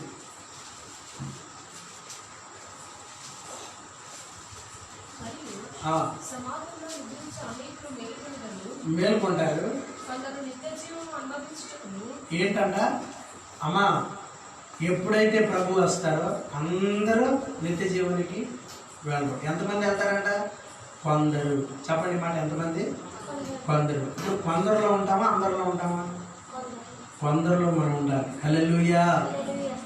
క్లియర్గా దానియేలు గ్రంథంలో రాబోయే సంగతి గురించి ప్రభు రాశాడు. అందరూ నిత్య జీవానికి వెళ్ళరు. ఇప్పుడు ప్రశ్న, ఒక 20,000 అప్లికేషన్లు తీసుకున్నామండి పలానా లోన్ ఇవ్వడానికి, కానీ 12,000 వచ్చినాయి. మనకి ఎలా ఉంటుంది టెన్షను? 12,000లో ఉన్నావా, 8,000లో ఉన్నావా? 20,000 అప్లికేషన్లు వెళ్ళి 12,000 మందికే లోన్ ఇస్తున్నామని ప్రకటించారు టీవీలో. మన టెన్షన్ ఎలా ఉంటుంది తెలుసా? 12,000లో ఉన్నావా, 8,000లో ఉన్నావా? లోన్కే అంత కంగారు పడతాం. ప్రభు అన్నాడు కొందరే నిత్య జీవానికి అర్హులు అన్నప్పుడు ఇప్పుడు మనకు కంగారు ఉండాలి వద్దా? ఈ కంగారు ఉంటేనే దేవుని రాజ్యానికి వెళ్తాం. హల్లెలూయా. కొందరిలో ఉండాలన్న మనసు కావాలి. కొందరే నిత్య జీవానికి వారసులు అవుతారంట. ఏమిటి దేవుడు ఎందుకని ఇంత కర్రకండిగా మాట రాసి పెట్టాడంటే, పాపం యొక్క స్థాయి ఎలా ఉంటుందో ప్రభువుకు ముందుగానే తెలుసు. ఎంతమంది దేవుని సన్నిధికి వస్తారనేది ప్రభువుకు తెలుసు. కనుక దేవుని హృదయంలో ఉండే గుంపులో దేవుడు మనల్ని చేర్చునుగాక. హల్లెలూయా. నిత్య జీవమునకు పాత్రులుగా ప్రభు మనల్ని మార్చునుగాక. ఒకే ఒక మాట ఈ రాత్రి ప్రభు చెప్పేది ఏమిటంటే, నిత్య జీవానికి మీరు పాత్రులుగా ఎంచబడాలంటే ఒకడు ఆజ్ఞను గైకొనాలి. హల్లెలూయా. ఆజ్ఞలు ఏంటి అని మీరు నన్ను అడిగారు అనుకో, మళ్ళీ ఎక్కడికి వెళ్తుంది వాక్యం? సమస్తం అమ్మి అంటే కరెక్ట్గా ఇప్పుడు ఆ వ్యక్తి దగ్గర మనం పెట్టుకోండి. మనం వెళ్ళి ప్రభుని అడిగాం, అయ్యా మాకు నిత్య జీవం కావాలంటే ఏం కావాలి? ప్రభు ఏం చెప్పాడు? ఆజ్ఞ గైకోమన్నాడు. ఆజ్ఞలు అంటే ఏంటి అని మళ్ళీ అడిగాం అనుకో, ఆజ్ఞలన్నీ చెబుతాడు. చివరిలో అంటాడు మొత్తం ఇచ్చి నన్ను వెంబడించమంటే. అపోస్తుల కాలంలో జరిగింది కూడా అదే. వాళ్ళ ధనాన్ని బట్టి వాళ్ళు విర్రవేయటం ప్రారంభిస్తే దేవుడు అన్నాడు మొత్తం తెచ్చి అపోస్తుల పాదాల వద్ద పెట్టి వెంబడించమన్నాడు. ఆ సిస్టమ్ అందుకనే పెట్టారు. దాన్ని ఎవరైతే ధిక్కరించారో అననీయ సభ్యురాలు వెంటనే చనిపోయినట్లుగా కూడా మన లేఖనాల్లో చూస్తాం. దేవుని ఆజ్ఞ బయలుదేరిన తర్వాత ఆజ్ఞకు వ్యతిరేకంగా క్రియ చేసేది ఏది కూడా మన జీవితాల్లో నిలబడకుండునుగాక. హల్లెలూయా. చెప్పండి. నిత్య జీవమునకు దేవుడు మనలను పాత్రులుగా మార్చునుగాక. హల్లెలూయా. హల్లెలూయా. హల్లెలూయా. చాలాసార్లు దేవుని బిడ్డలారా ఒక మాట చదువు. రోమపత్రిక 6వ అధ్యాయం 22వ వచనం.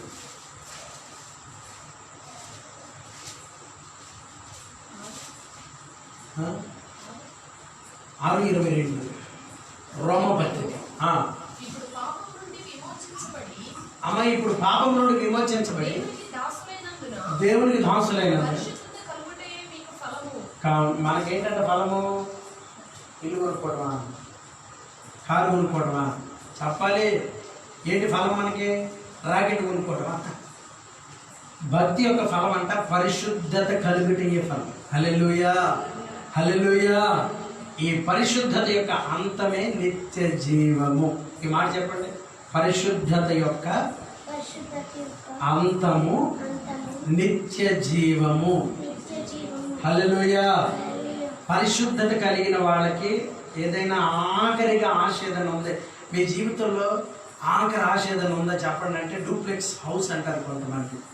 ఇంకొంతమంది నాలంటోళ్ళని అడిగారు అనుకో, యాదది కంటి కనపడని జనం ఉన్న మందిరం కావాలంటాడు సేవకుడైతే. బయట వాళ్ళైతే వాళ్ళకి ఒక్కొక్క ఆలోచన ఉంటుంది. అపార్ట్మెంట్లో 3 బెడ్రూమ్లు ఉన్నది కొనుక్కోవాలని ఇట్లా కొన్ని ఆశలు ఉంటాయి. కానీ పరిశుద్ధత కలిగిన వాడికి ఒకే ఒక ఆలోచన ఉండాలి, నిత్య జీవము. హల్లెలూయా. హల్లెలూయా.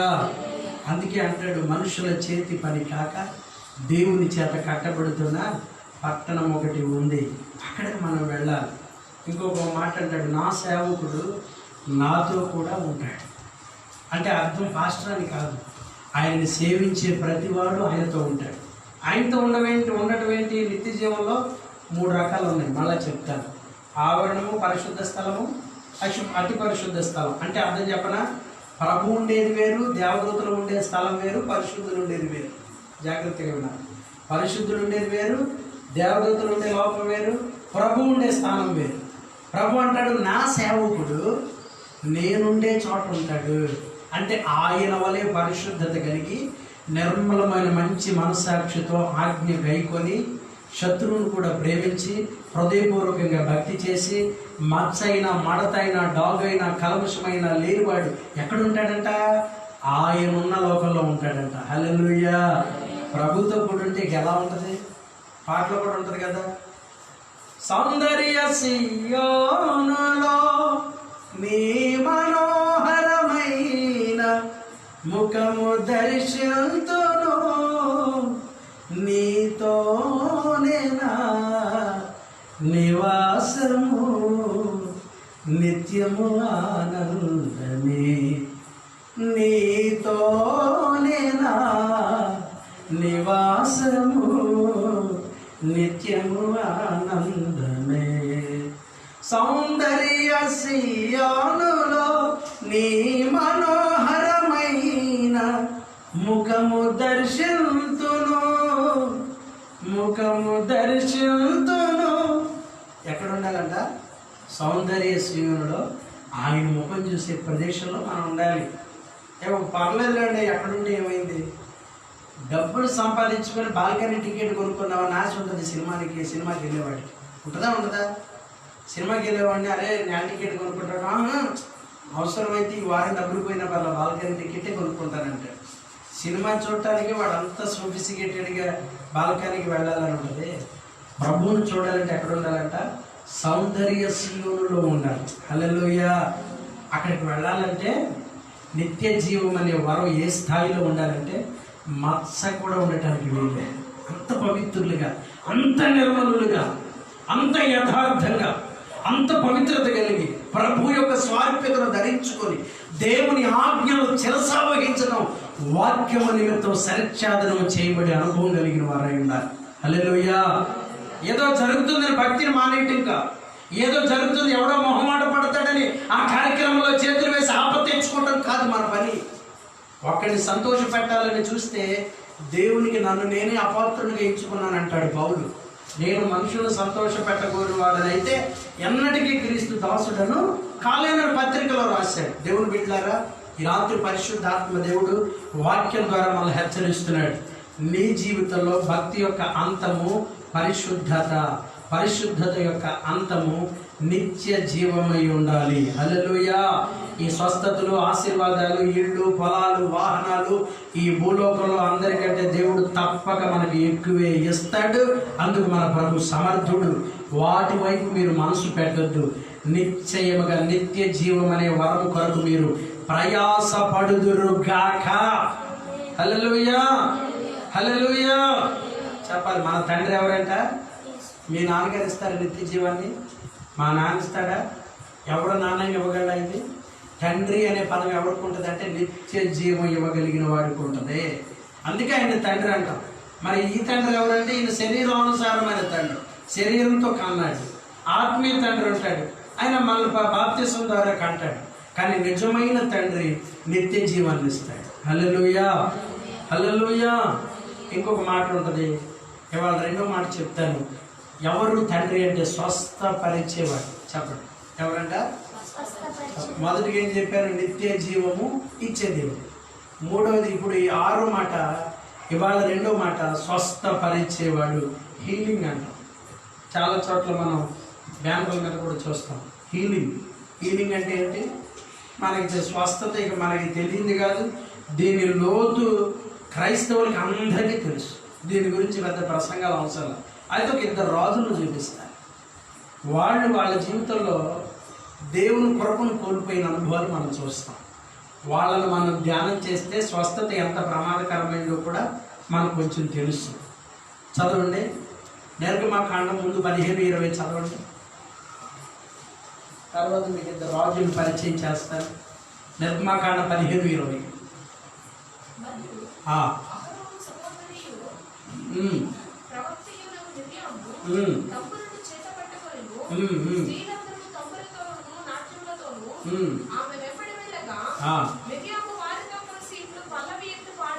అమ్మ నిర్గమకాండం 15-26.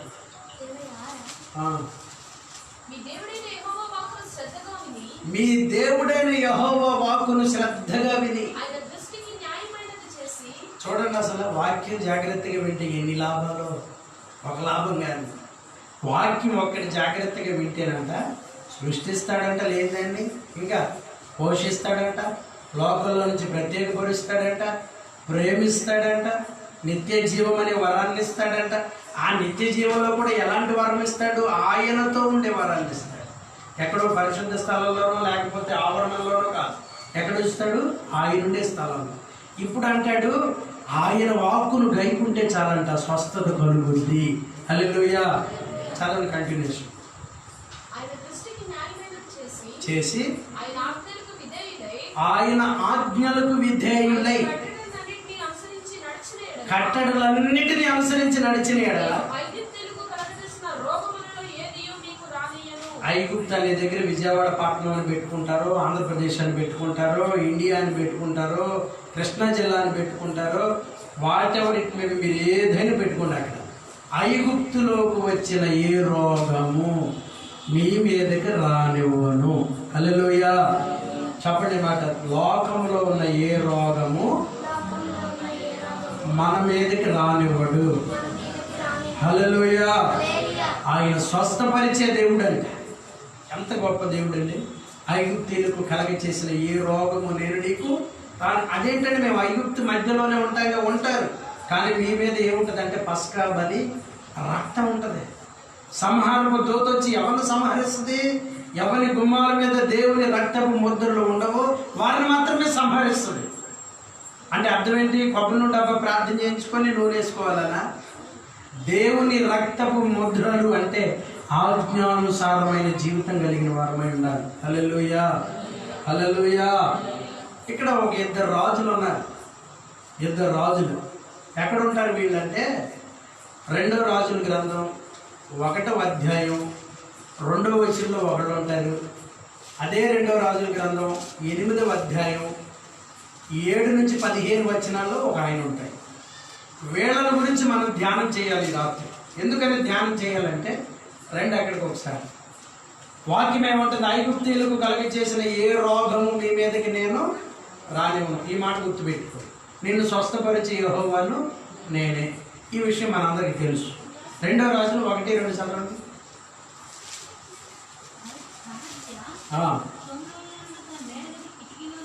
కిటికీలో నుండి కింద పడి రోగి అయి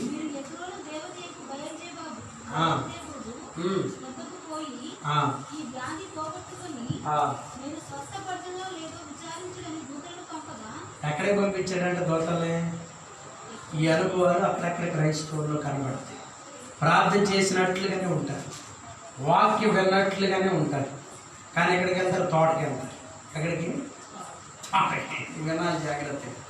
అనుకున్నామండి గబుక్కున మీరు దాన్ని అలాగా మమ్మల్ని ఇచ్చేస్తే ఎలాగ అంటారు?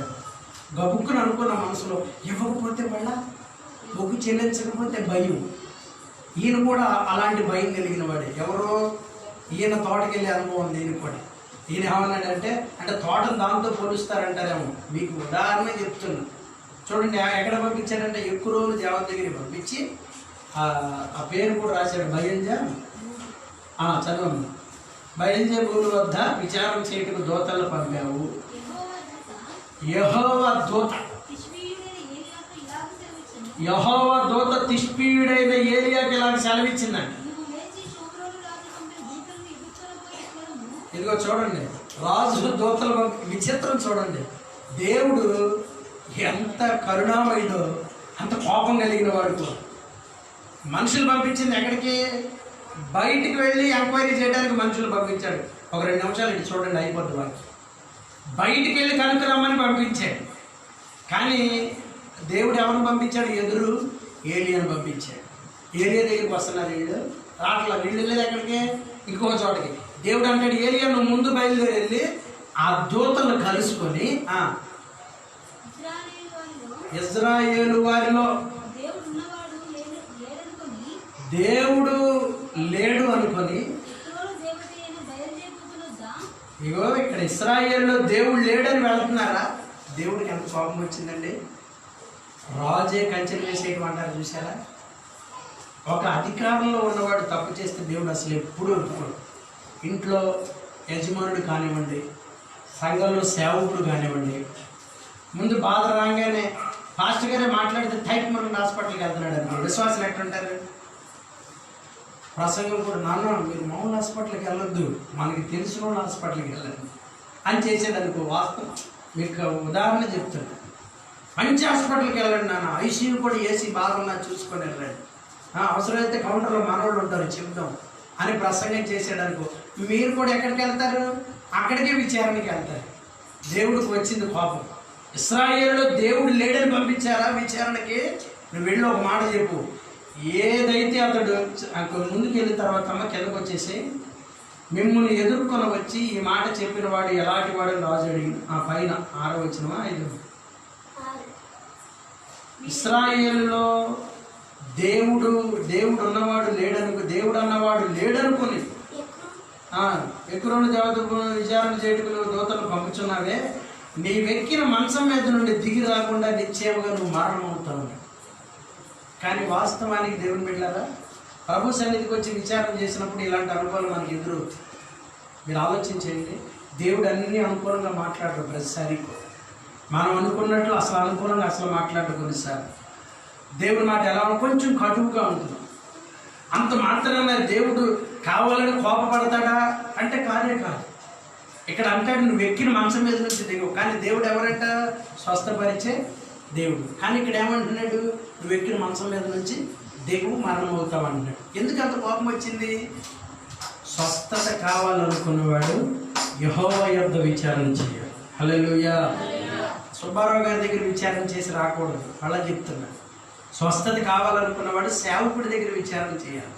తదుపరి వెళ్ళాలి. పని అవ్వకపోతే, దేవుడు శక్తి లేకపోతే. అలా చెప్తుంది. కొన్నిసార్లు మనం దేవుడిని శోధించే ప్రయత్నం చేస్తాం, అప్పుడు దేవుడు ఎదురు పంపిస్తాడు సేవకుడు. కొన్నిసార్లు చాలా విషయాలు ప్రభు చెప్తున్నప్పుడు చెప్పలేక మదన పడిపోయిన దినాలు ఎన్నో ఉన్నాయి ఈ సంవత్సరంలో. ఈ 2020లో వచ్చిన దర్శనాలు చెప్దామా, శారీరకంగా మళ్ళీ ఏమన్నా అనుకుంటారేమో. ఫోన్ చేసి కూడా కట్ చేసిన దినాలు ఉన్నాయి కొన్నిసార్లు. మెసేజ్లు పెట్టి డిలీట్ చేసినటువంటి అనుభవాలు ఉన్నాయి కొన్నిసార్లు. ఏమో శరీరకంగా ఏమనుకుంటారో, అనుభవాలు తెలియకపోతే తప్పుగా అర్థం చేసుకుంటారేమో. కానీ వాక్యం అంటుంది, నన్ను విడిచి వేరొకరిని అనుసరించిన వానికి శ్రమ. చాలా కఠినంగా ఉంటాడు ప్రభు ఈ విషయంలో. స్వస్థత విషయంలో చాలా జాగ్రత్తగా ఉండాలి సుమా. ఎందుకంటే దేవుణ్ణి ఆశ్రయించిన తరువాత వేరే పని చేయాలి. అందుకే మొట్టమొదట ఇంట్లో మనమైనా ప్రార్థన చేసుకోవటం, లేకపోతే పాస్టర్ గారితోనైనా ప్రార్థన చేయటం, ఈ అనుభవం ఉండాలి. దీని తర్వాత వేరే కార్యక్రమాలు చేయాలి. అంతేగాని ముందు బాధ రాగానే ముందు ట్యాబ్లెట్ మీదకి మనసు వెళ్ళకూడదు.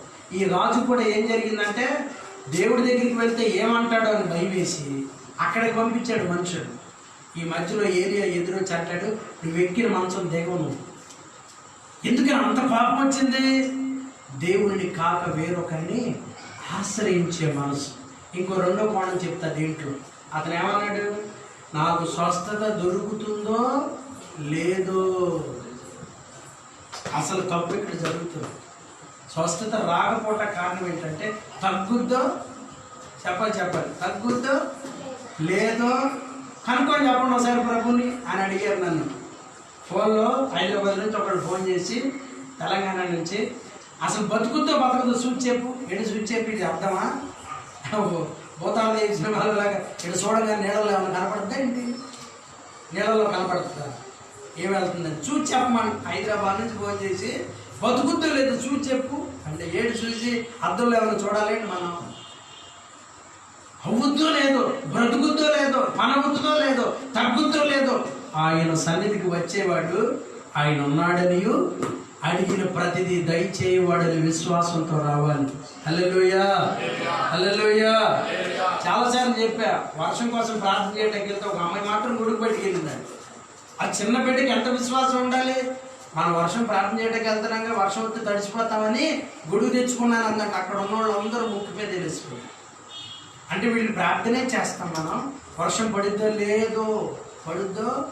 లేదు ఈ మనసు ప్రార్థన చేస్తూనే ఉంటారు. కొన్నిసార్లు కార్యం జరుగుద్దో జరగదు, పని అవుతుందో అవ్వదు. మొన్న మధ్య కూడా చెప్పాక ప్రార్థన పెట్టించుకున్నామండి మేము, కానీ పని అవుద్దో లేదో అనుకున్నాం, అవలా. నువ్వు అనుకున్నావు కాబట్టి నిజంగానే అవలా. మన నోటి మాట మన కార్యానికి తాళం వేస్తుంది. నేను మళ్ళీ చెప్తున్నాను, సేవకుడికైనా విశ్వాసికైనా మన నోటి మాట మన మీద సాక్ష్యం పలుకుద్ది, మన స్వస్థతకి తాళం వేస్తుంది, మన కార్యానికి తాళం వేస్తుంది. ఈ రాజు ఏమంటున్నాడు? జరుగుతుందో జరగదు, బ్రతుకుతానో బ్రతకను. దేవుడు అన్నాడు, నువ్వు ఎక్కిన మంచం దేవుడు. ఇలాంటి అనుమానితుడు ఉండి నాకు ఉపయోగం ఏముంది, ఇంకోటి పెట్టుకుంటాను అన్నాడు. ఇంకొక రాజు ఉన్నాడు, 2వ రాజుల గ్రంథం 8వ అధ్యాయం 7వ వచనం చూడండి. అక్కడ ఒక రాజు ఉన్నాడు. ఏలియా తర్వాత ఇది ఎలీషా కాలంలో ఇది దమస్కుకు వచ్చాను.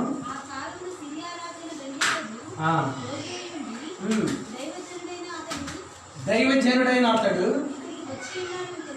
ఇక్కడికి వచ్చున్నాడని తెలుసుకొని, చూడండి పాస్టర్ గారు వచ్చారన్న విషయం ఎవరికి తెలిసిందంట? రాజు గారికి తెలిసింది. ఆ రాజు గారికి ఇంతకు ముందు ఒక వార్త వినున్నాడు. ఏ వార్త తెలుసా? ఆయన రాజ్యంలో ఒక సైన్యాధిపతి ఉన్నాడు. అతని పేరు నయమాన్. ఎవరు? నయమాన్. నయమాన్ ఎవరు అంటే సిరియా రాజు అయిన బెన్హదదుకు సైన్యాధిపతి. అతనికి స్వస్థత కలిగిందన్న విషయం రాజుగారికి తెలుసుద్ది కదా. ఏమంటే మీ సైన్యాధిపతి అప్పుడు బాగోలేదు కదా, కుష్ఠరోగం వచ్చింది, యుద్ధాల్లో 7 సార్లు మునుగు వచ్చాడండి, అప్పుడు పలానా ఆయన వల్ల ఎలీషా వల్ల ఆయనకి స్వస్థత కలిగింది అని ఎవరికి చెప్పారు? రాజుగారికి చెప్పారు. ఈ రాజుగారు ఆ విషయం విని, ఆ రాజుగారికి ఆ విషయం తెలిసి, ఆ పాస్టర్ గారు అక్కడికి వచ్చారని తెలిసి అక్కడికి వర్తమానం పంపించారు. చదవండి. హజాయేలును పిలిచి, చూడండి ఇక్కడ కూడా ప్రతిదీ డబ్బుతో కొనాలన్న మనసు. కానుకని చేతితో పట్టుకొని దైవజనుడైన అతను ఎదుర్కొనపోయి, ఈ అలవాటు ఇప్పుడుది కాదు, పాత నిబంధన నుంచి ఉండేది ఈ అలవాటు. పాత నిబంధన కానుకను పట్టుకొని వెళ్ళి నేను బతుకుతానా బతకనా? దేవుని బిడ్డలారా, క్రీస్తు యేసు ఎదుట ఆనబెట్టి చెప్తున్నాను, ప్రభు దగ్గరికి వచ్చినప్పుడు కార్యం యొక్క స్థాయిని మీరు చూడొచ్చు.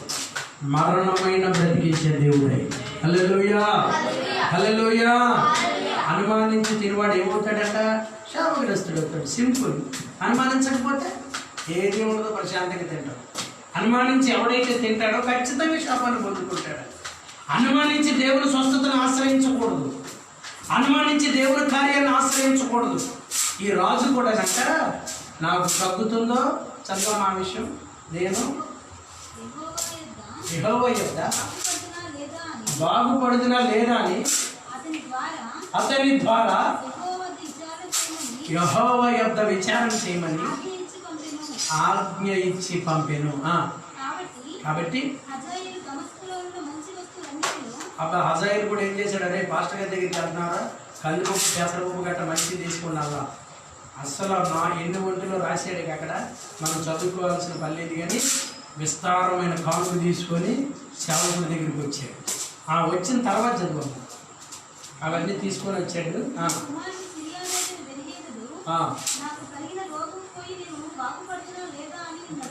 బాగుపడుతున్నా లేదా అని నిన్ను అడుగుటకు.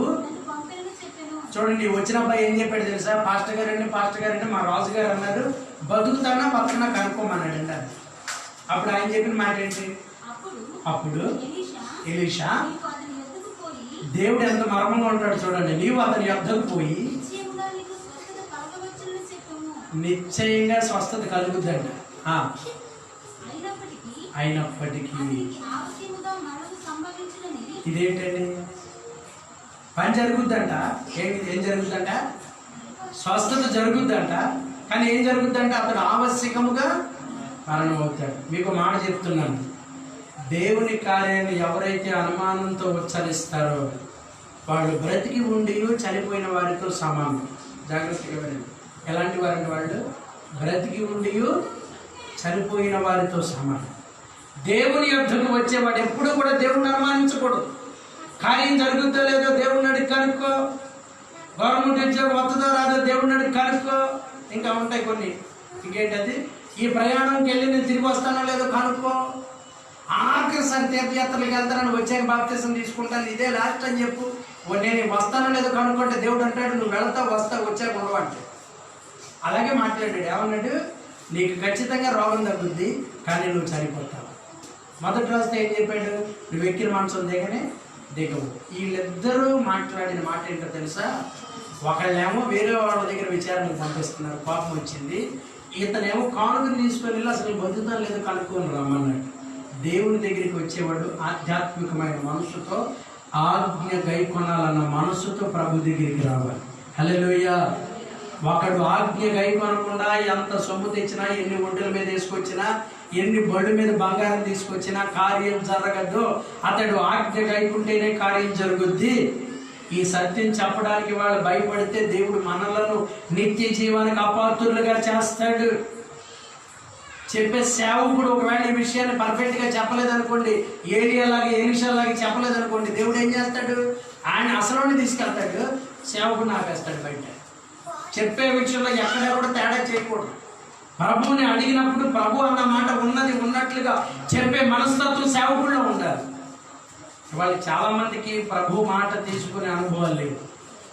జాగ్రత్తగా వెళ్ళండి. ఒక తమ్ముడు నాకు ఫోన్ చేశాడు పొద్దున్న. అన్నయ్య 2-3 సంవత్సరాలు అయిపోయింది ఇక్కడికి వచ్చి, ఇక మాకు చాలా ఇబ్బందిగా ఉంటుంది, తిరిగి వచ్చేద్దాం అనుకున్నా, ఈ సేవ లేదు ఏం లేదు, ఇక మరి ఏం చేద్దామని నేను చెప్పాను. నాన్న, వెళ్ళేటప్పుడు దేవుడిని అడిగావా? అడగలా. మరి వచ్చేటప్పుడు? ఇప్పుడు దేవుడితో పని ఉంది. వెళ్ళేటప్పుడు దేవుడితో పని లేదు, వచ్చేటప్పుడు ఇంకా దేవుడితో పని ఉంది. వెళ్ళనా వద్దా ఒకసారి దేవుడు కలుపుకుంటావని.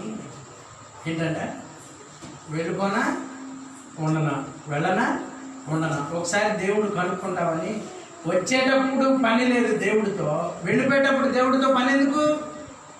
ఏదైనా దేంట్లో చేయి పెట్టేటప్పుడు దేవుడితో పని లేదు, కాలిపోయిన తర్వాత దేవుడితో పని ఎందుకు? అసలు రోగం ఎందుకు కలుగుతుందో ఎప్పుడైనా ప్రార్థన చేసిన అనుభవాలు ఉండాలి మన జీవితంలో. రోగం వచ్చిన తర్వాత తగ్గుద్దా లేదా అని పాస్టర్ గారిని అడగడం కాదు, ఎందుకు వచ్చిందో ప్రభు దగ్గర అడగాలి. హల్లెలూయా. అసలు ఈ నిత్య జీవములకు అపాత్రులుగా ఎంచే కార్యం మన జీవితాల్లో ఎందుకు జరుగుతుంది? ఆ అనుభవాలు ఉండాలి క్రైస్తవుల్లో.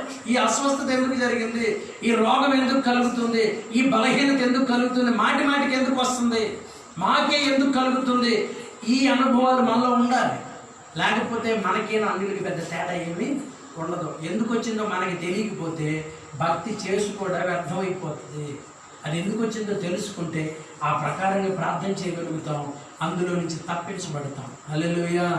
అసలు ఈ రాజు అడగాల్సింది ఏంటో తెలుసా? అసలు మాకు ఈ బలహీనత ఎందుకు వచ్చింది, మేము ఏం చేస్తున్నాం? వాళ్ళకి తెలుసు దేవునికి వ్యతిరేకంగా నడుస్తున్నారండి కనుక ఆ విధంగా వాళ్ళకి ప్రార్థన చేయడానికి నచ్చదు కదా. అందుకని ఏమడుగుతున్నారు? రోగం తగ్గిద్దా లేదా అడిగి. మరి దేవుడికి తగ్గుతుందా లేదా, అవుతుందా లేదా అంటే చాలా కోపం వస్తుంది.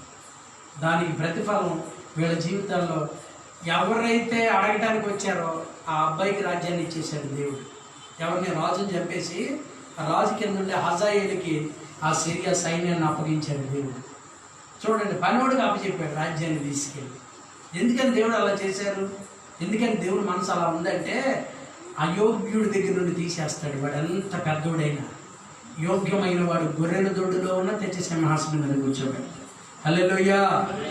యోగ్యత అంటే అర్హత కలిగిన వాడు గొర్రెల దొడ్డులో ఉన్నా తీసుకొస్తాడు. స్వస్థత కావాలనుకునే మనసు నీలో ఉంటే ప్రభు దగ్గరికి వచ్చి అనుమానంతో ప్రార్థన చేయకూడదు, అనుమానంతో ప్రభుని అడగకూడదు.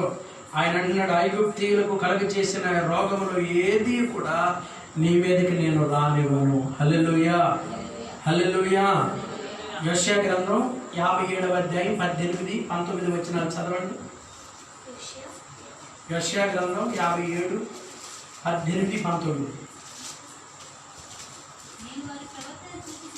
నేను వారి ప్రవర్తన చూసి నేను వారిని స్వస్థపరచుదు, వారిని నడిపిస్తాను.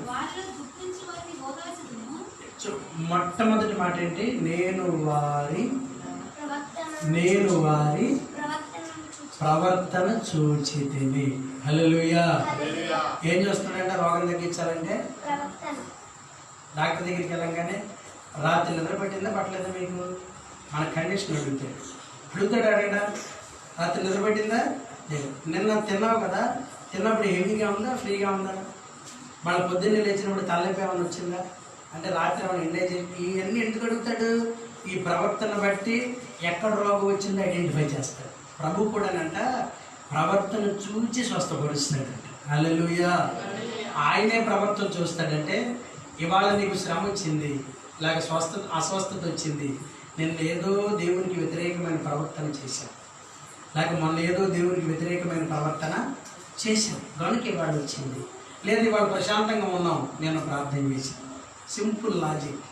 ఎప్పుడైతే మన ప్రవర్తన దేవునికి వ్యతిరేకంగా వెళ్ళిపోతుందో దేవుడు ఒక శ్రమను అనుమతిస్తాడు.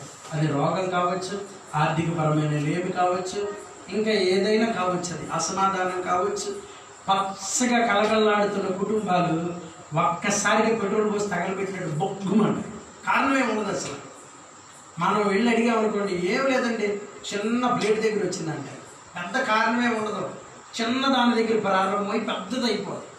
ఎంత పెద్దదైపోద్ది అంటే ఇంట్లో నుంచి వెళ్ళిపోయి అంత పెద్దదైపోద్ది. ఏంటి కారణం? ఇంత అసమాధానం ఎందుకు వచ్చింది? ఏదో దేవునికి వ్యతిరేకమైన ప్రవర్తన నడిచారు గనక దేవుడు అనుమతిస్తాడు. హల్లెలూయా. స్వస్థపరచడం అంటే ఒక రోగమే కాదు, మానసిక పరమైన స్వస్థత కూడా ఉండాలి మనకి. ఏంట మానసిక పరమైన స్వస్థత?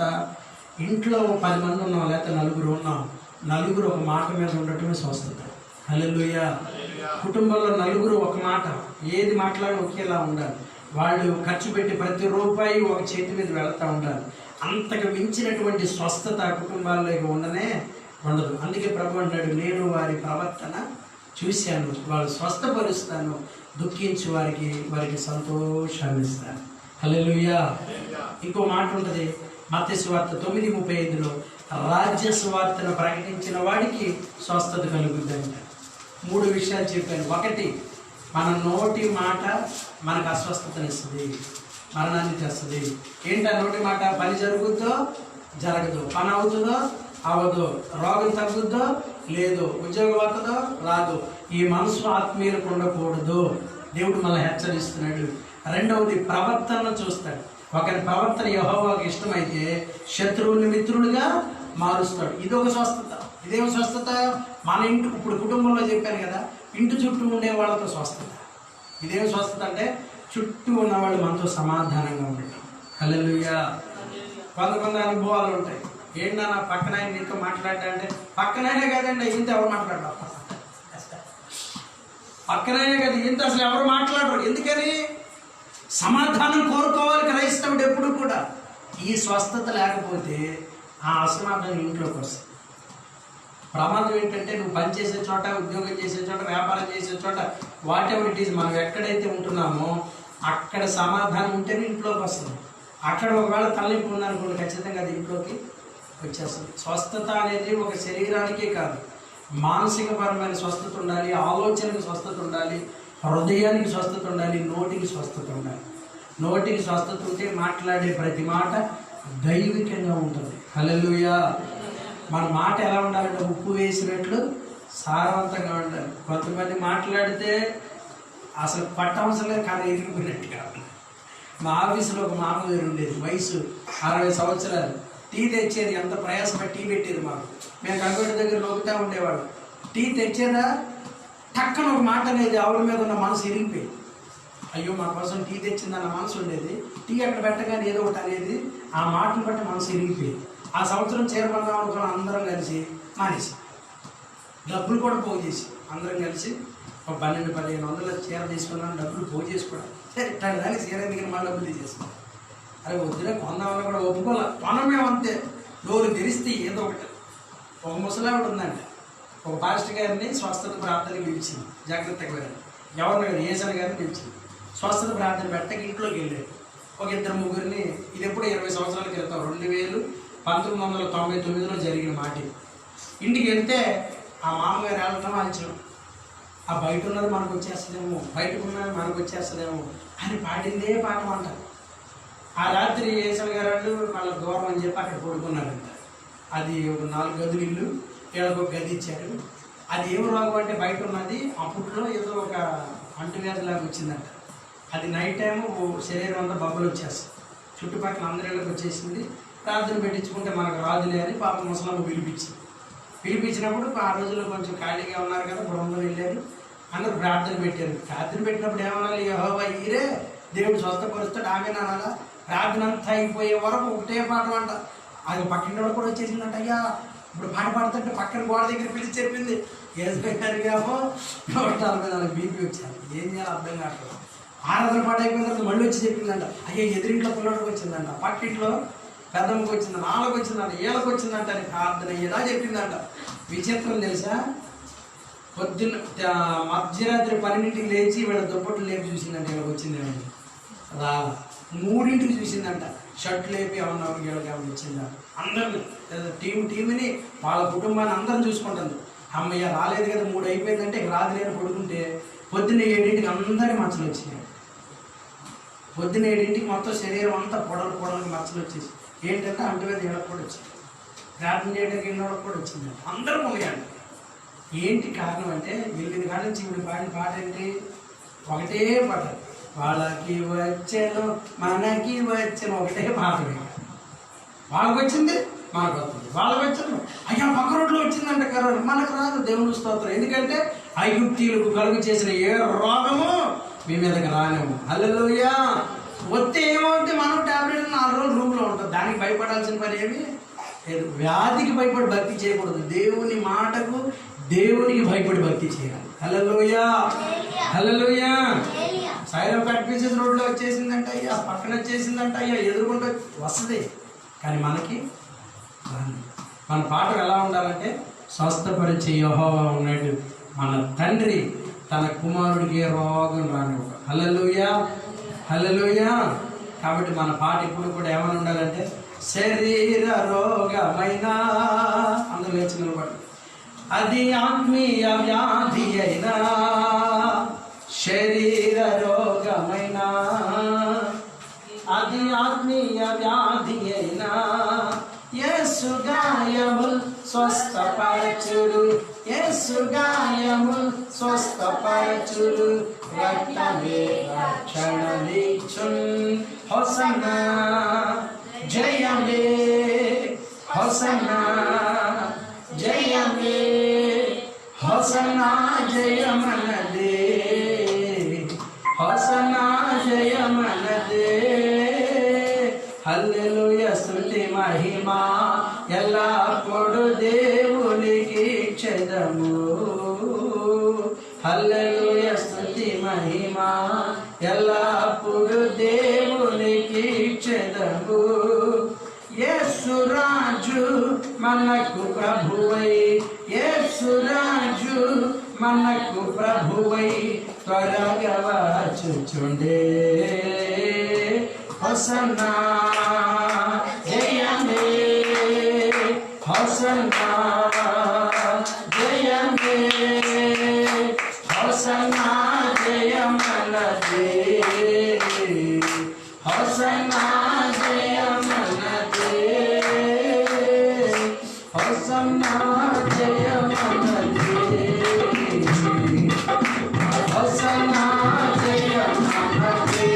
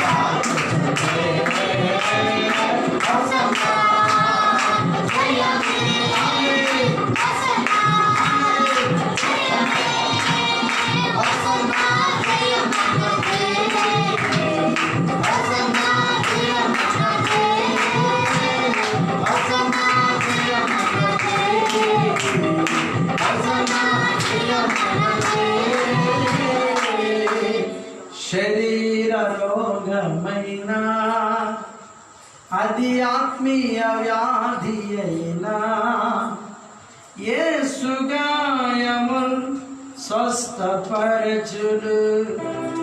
యేసు గాయముల్ స్వస్థపరచును. రక్తమే రక్షణనిచ్చును. హోసన్నా జయమే,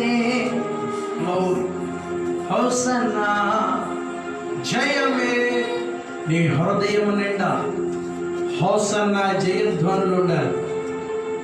ప్రభు యొద్దకు వచ్చినప్పుడు ప్రభు కార్యం చేస్తాడనే నమ్మకం ఉండాలి, విశ్వాసం ఉండాలి, త్యాగం ఉండాలి, తెగింపు ఉండాలి, ధైర్యం ఉండాలి, ఆజ్ఞానుసారమైన జీవితం ఉండాలి, భయభక్తులు కలిగిన జీవితం ఉండాలి. వాక్యం సెలవిస్తుంది, నిత్య జీవములకు నీవు పాత్రుడుగా ఎంచబడాలంటే ఆజ్ఞను గైకొనాలి. నిత్య జీవం అనేది ధనంతో కొనుక్కునేది కాదు. నిత్య జీవం పరిశుద్ధత వలన మాత్రమే కలిగి దేవుని ఆత్మ ఎవరిలో ఉంటుందో వారికి నిత్య జీవం అనే వరాన్ని ప్రభు ఇస్తాడు. జీసస్ మాటి మాటికి ఇది అవుతుందా లేదా, ఇది జరుగుతుందా లేదా నా మనసు నీలో ఉందా, నష్టపోతాం. ఇది నా ప్రభువు చేయుటకు సమర్థుడు. షడ్రకు మేషక అభిజ్ఞులు అంటారు, మా దేవుడు రక్షించుటకు సమర్థుడు. ఒకవేళ రక్షించకపోయినా మేము మీరు చెప్పినట్టు చేయి. తెగింపు కలిగిన భక్తి ప్రభు కోరుతున్నాడు. త్యాగం కలిగిన భక్తి ప్రభు కోరుతున్నాడు. అగిప్తులకు కలిగిన ఏ రోగము నీ ఉన్న ప్రాంతానికి రానివ్వడు. నువ్వు ఉన్న విజయవాడ పట్టణానికి రానివ్వడు. మనమున్నటువంటి రామలింగేశ్వర నగర్ ప్రాంతానికి రానివ్వడు. మనమున్న ఈ మందిరపు వీధిలోనికి ప్రభు రానివ్వడు. ఈ సమర్థత కలిగిన ప్రార్థన మనం చేయాలి. ఈ సామర్థ్యం కలిగిన ప్రార్థన చేయాలి. వాక్యం నాతో మాట్లాడింది ప్రభు. అనుమానంతో ప్రార్థన చేస్తున్నాను. అవుతుందో అవదో, జరుగుతుందో జరగదో, ఈ కార్యం సెలవిచ్చావు, జరుగుతుందో జరగదో. ఈ నెగిటివ్ థాట్స్, నెగిటివ్ వర్డ్స్ మన నోట్లో రాకూడదు. ఈ మాటలు వచ్చిన హేతువు చేత రాజులు రాజ్యాన్ని కోల్పోయారు, ప్రాణాన్ని కోల్పోయారు. దేవుని బిడ్డ, మనం ప్రభు యొక్క శక్తిని తక్కువ అంచనా వేయకూడదు. ఆయన చేయుటకు సమర్థుడు, కార్యము చేసే దేవుడు. ఆయన ఉన్నవాడు, ఆయన ఉన్నవాడు. మన నోటి మాటను ప్రభు చూస్తాడు. మన ప్రవర్తన చూసి మనం స్వస్థపరుస్తాడు. మాత్రమే కాదు, నువ్వు రాజ్య సువార్తను ప్రకటిస్తే స్వస్థతనిస్తాడు. రాజ్య సువార్త దేవుడు మాట ఎంతమందికి చెప్పాడు? రక్షించబడ్డాక ఎన్ని ఆత్మలు ప్రభు దగ్గర నడిపించాం ప్రభు చూస్తాడు. మనుషులెవరో ఒకవేళ లెక్క చేయకపోయినా నేను ప్రభు దగ్గరికి నడిపించిన వారిని తప్పక ప్రభు చూస్తాడు. రాజ్య సువార్త భారం ఉంటే స్వస్థత కలుగుద్ది. మనకు ప్రార్థన చేసుకున్నాం. ఏ ఒక్కరిలో నేను ఇది రావాలంటే ఏం చేయాలన్న మనసు అనుగ్రహించుటకు సమర్థుడై, అనుగ్రహించే దేవుడై తండ్రిగా ప్రత్యక్షమయ్యాడు. ఈ రాత్రి తండ్రి తన సొంత కుమారుని ఇవ్వడానికి వెనుకంజ వేయలేదు. ఆయనతో కూడా సమస్తాన్ని మనకి ఇవ్వబోతున్నాడు. ఐగుప్తీయులకు కలిగిన ఏ రోగము మన మీదకి రాకుండా ప్రభువే కంచె వేసి ఉన్నాడు. ప్రభువే కంచె వేసి ఉన్నాడు. సర్వాధికారి అనే దేవుడు స్వస్థతను చేత పట్టుకొని ఈ రాత్రి మన మధ్యలో సంచరిస్తున్నాడు. విధేయత కలిగిన వారు ఆజ్ఞానుసారంగా బ్రతికి వాళ్ళ స్వస్థతను పొందుకుంటారు. ప్రార్థించేద్దాం. ప్రార్థన. మహోన్నతుడ, పరిశుద్ధుడ, జీవాధిపతి, సర్వాంతర్యామి, మీకు వందనాలు. ఈ రాత్రి వేళ ఇప్పటి వరకు నీ మాటలు విన్నాం. మాలో అవిశ్వాసం అనేది లేకుండా నాయన, అపవిత్రత, అపరిశుద్ధత మాలో లేకుండా మాతో మాట్లాడారు. పరిశుద్ధత కలుగుటయే నిత్య జీవం అని చెప్పారు. మేము మా ప్రభు మమ్మల్ని మేము ఆజ్ఞను విడిచి నిత్య జీవనకు అపాత్రులుగా ఎంచుకొనక తండ్రి భక్తిని కాపాడుకొని నిత్య జీవం అనే వరాన్ని సంపాదించుకునే కృప దయచేయండి. పరిశుద్ధాత్మదేవానికి స్తోత్రం. వాకడు ఆజ్ఞలు గైకొనటం వల్ల మాత్రమే నీ రాజ్యంలోకి వస్తాయి. నీ ఉండే స్థలంలో ఉంటాయి, నీతో కూడా నివాసం చేస్తాయి. ఆయన స్వస్థత కావాలంటే మా నోటి మాటలు సరి చేసుకోమని చెప్పింది. అవుతుందో లేదో, జరుగుతుందో లేదో అన్న మనసు మా అందరిలో లేకుండా సహాయం చేయండి. కృప చూపి ధైర్యమును, స్థైర్యము, బలమును, శక్తిని, ఆరోగ్యమును మీరు ప్రసాదించి ఈ రామలింగేశ్వర నగర ప్రాంతం చుట్టూ దేవదూతలు మీరు కావలి ఉంచినందుకు నీకు స్తోత్రాలు. అనేకుల పరిశుద్ధుల ప్రార్థనలు విని ఈ ప్రాంతంలో నేటికి మీరు సంతోషంతో నడిపిస్తున్నందుకు స్తోత్రాలు. రాజా, నా తండ్రి, ప్రతి కుటుంబ బిడ్డలు బయటకు వెళ్ళి వస్తున్నప్పుడు క్షేమాన్ని వెళ్ళి, ఉద్యోగాలు, వ్యాపారాలు, చేతి వృత్తులన్నిటిలో ఏ వైరస్ల ప్రభావం నీ బిడ్డలో తాకకుండా నీ వాక్యము కంచె వేయబడును గాక, నీ వాక్యము కంచె వేయబడును గాక. సహాయం చేసి మీ మీద ప్రేమను పుట్టించారు. నీ మాటలు విన్న నీ బిడ్డలు ప్రభు నిన్ను అంగీకరించి నీ రాజ్యములకు వారసులు అవటానికి సహాయం చేయి. ఆయన ఈ మందిరములకు తూర్పు, పడమర, ఉత్తర, దక్షిణాలు ఉన్న ప్రజలను మరింతగా అభివృద్ధిపరిచి ఆశీర్వదించాయి. నీ రాజ్య స్వార్థ భారం నీ బిడ్డల మీద పెట్టాడు. మంచిగా ప్రవర్తన బాగుంటే నిశ్చయముగా స్వస్థపరిచే దేవుడు అని మాతో మాట్లాడాడు.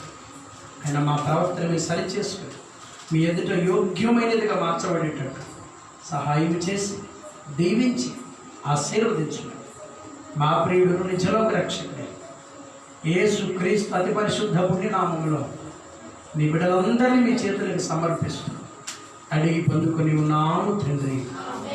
ఆమేన్, ఆమేన్. తండ్రి అయిన దేవుని ప్రేమ, కుమారుడైన యేసు క్రీస్తు ప్రభువు వారి కృప, పరిశుద్ధాత్మదేవుని నిన్ను సహవాసం, సన్నిధి ఎప్పుడు ఎల్లప్పుడూ కూడి ఉన్న మనకు, సర్వులకు, భక్తులకి, సకల పరిశుద్ధులకి, ప్రత్యేకంగా ఆయన పరోక్షంగా ప్రత్యక్షంగా విన్న బిడ్డలకు, ఆన్లైన్ ద్వారా విన్న బిడ్డలకు కూడా సదాకాలము తోడై నడిపించునుగాక. ఆమేన్, ఆమేన్, ఆమేన్. యేసు రక్తమేచి, సెలవు రక్తమేచి ప్రభు యేసు నామమునకు సంపూర్ణ ఘన విజయం కలుగునుగాక. అపవాదికి అనంత నాశనం, దేవుని నామమునకు సమస్త మహిమ, ఘనత, ప్రభావం కలుగునుగాక. మంచి మీ అందరూ దేవుడు ఆశీర్వదించి దీవించునుగాక.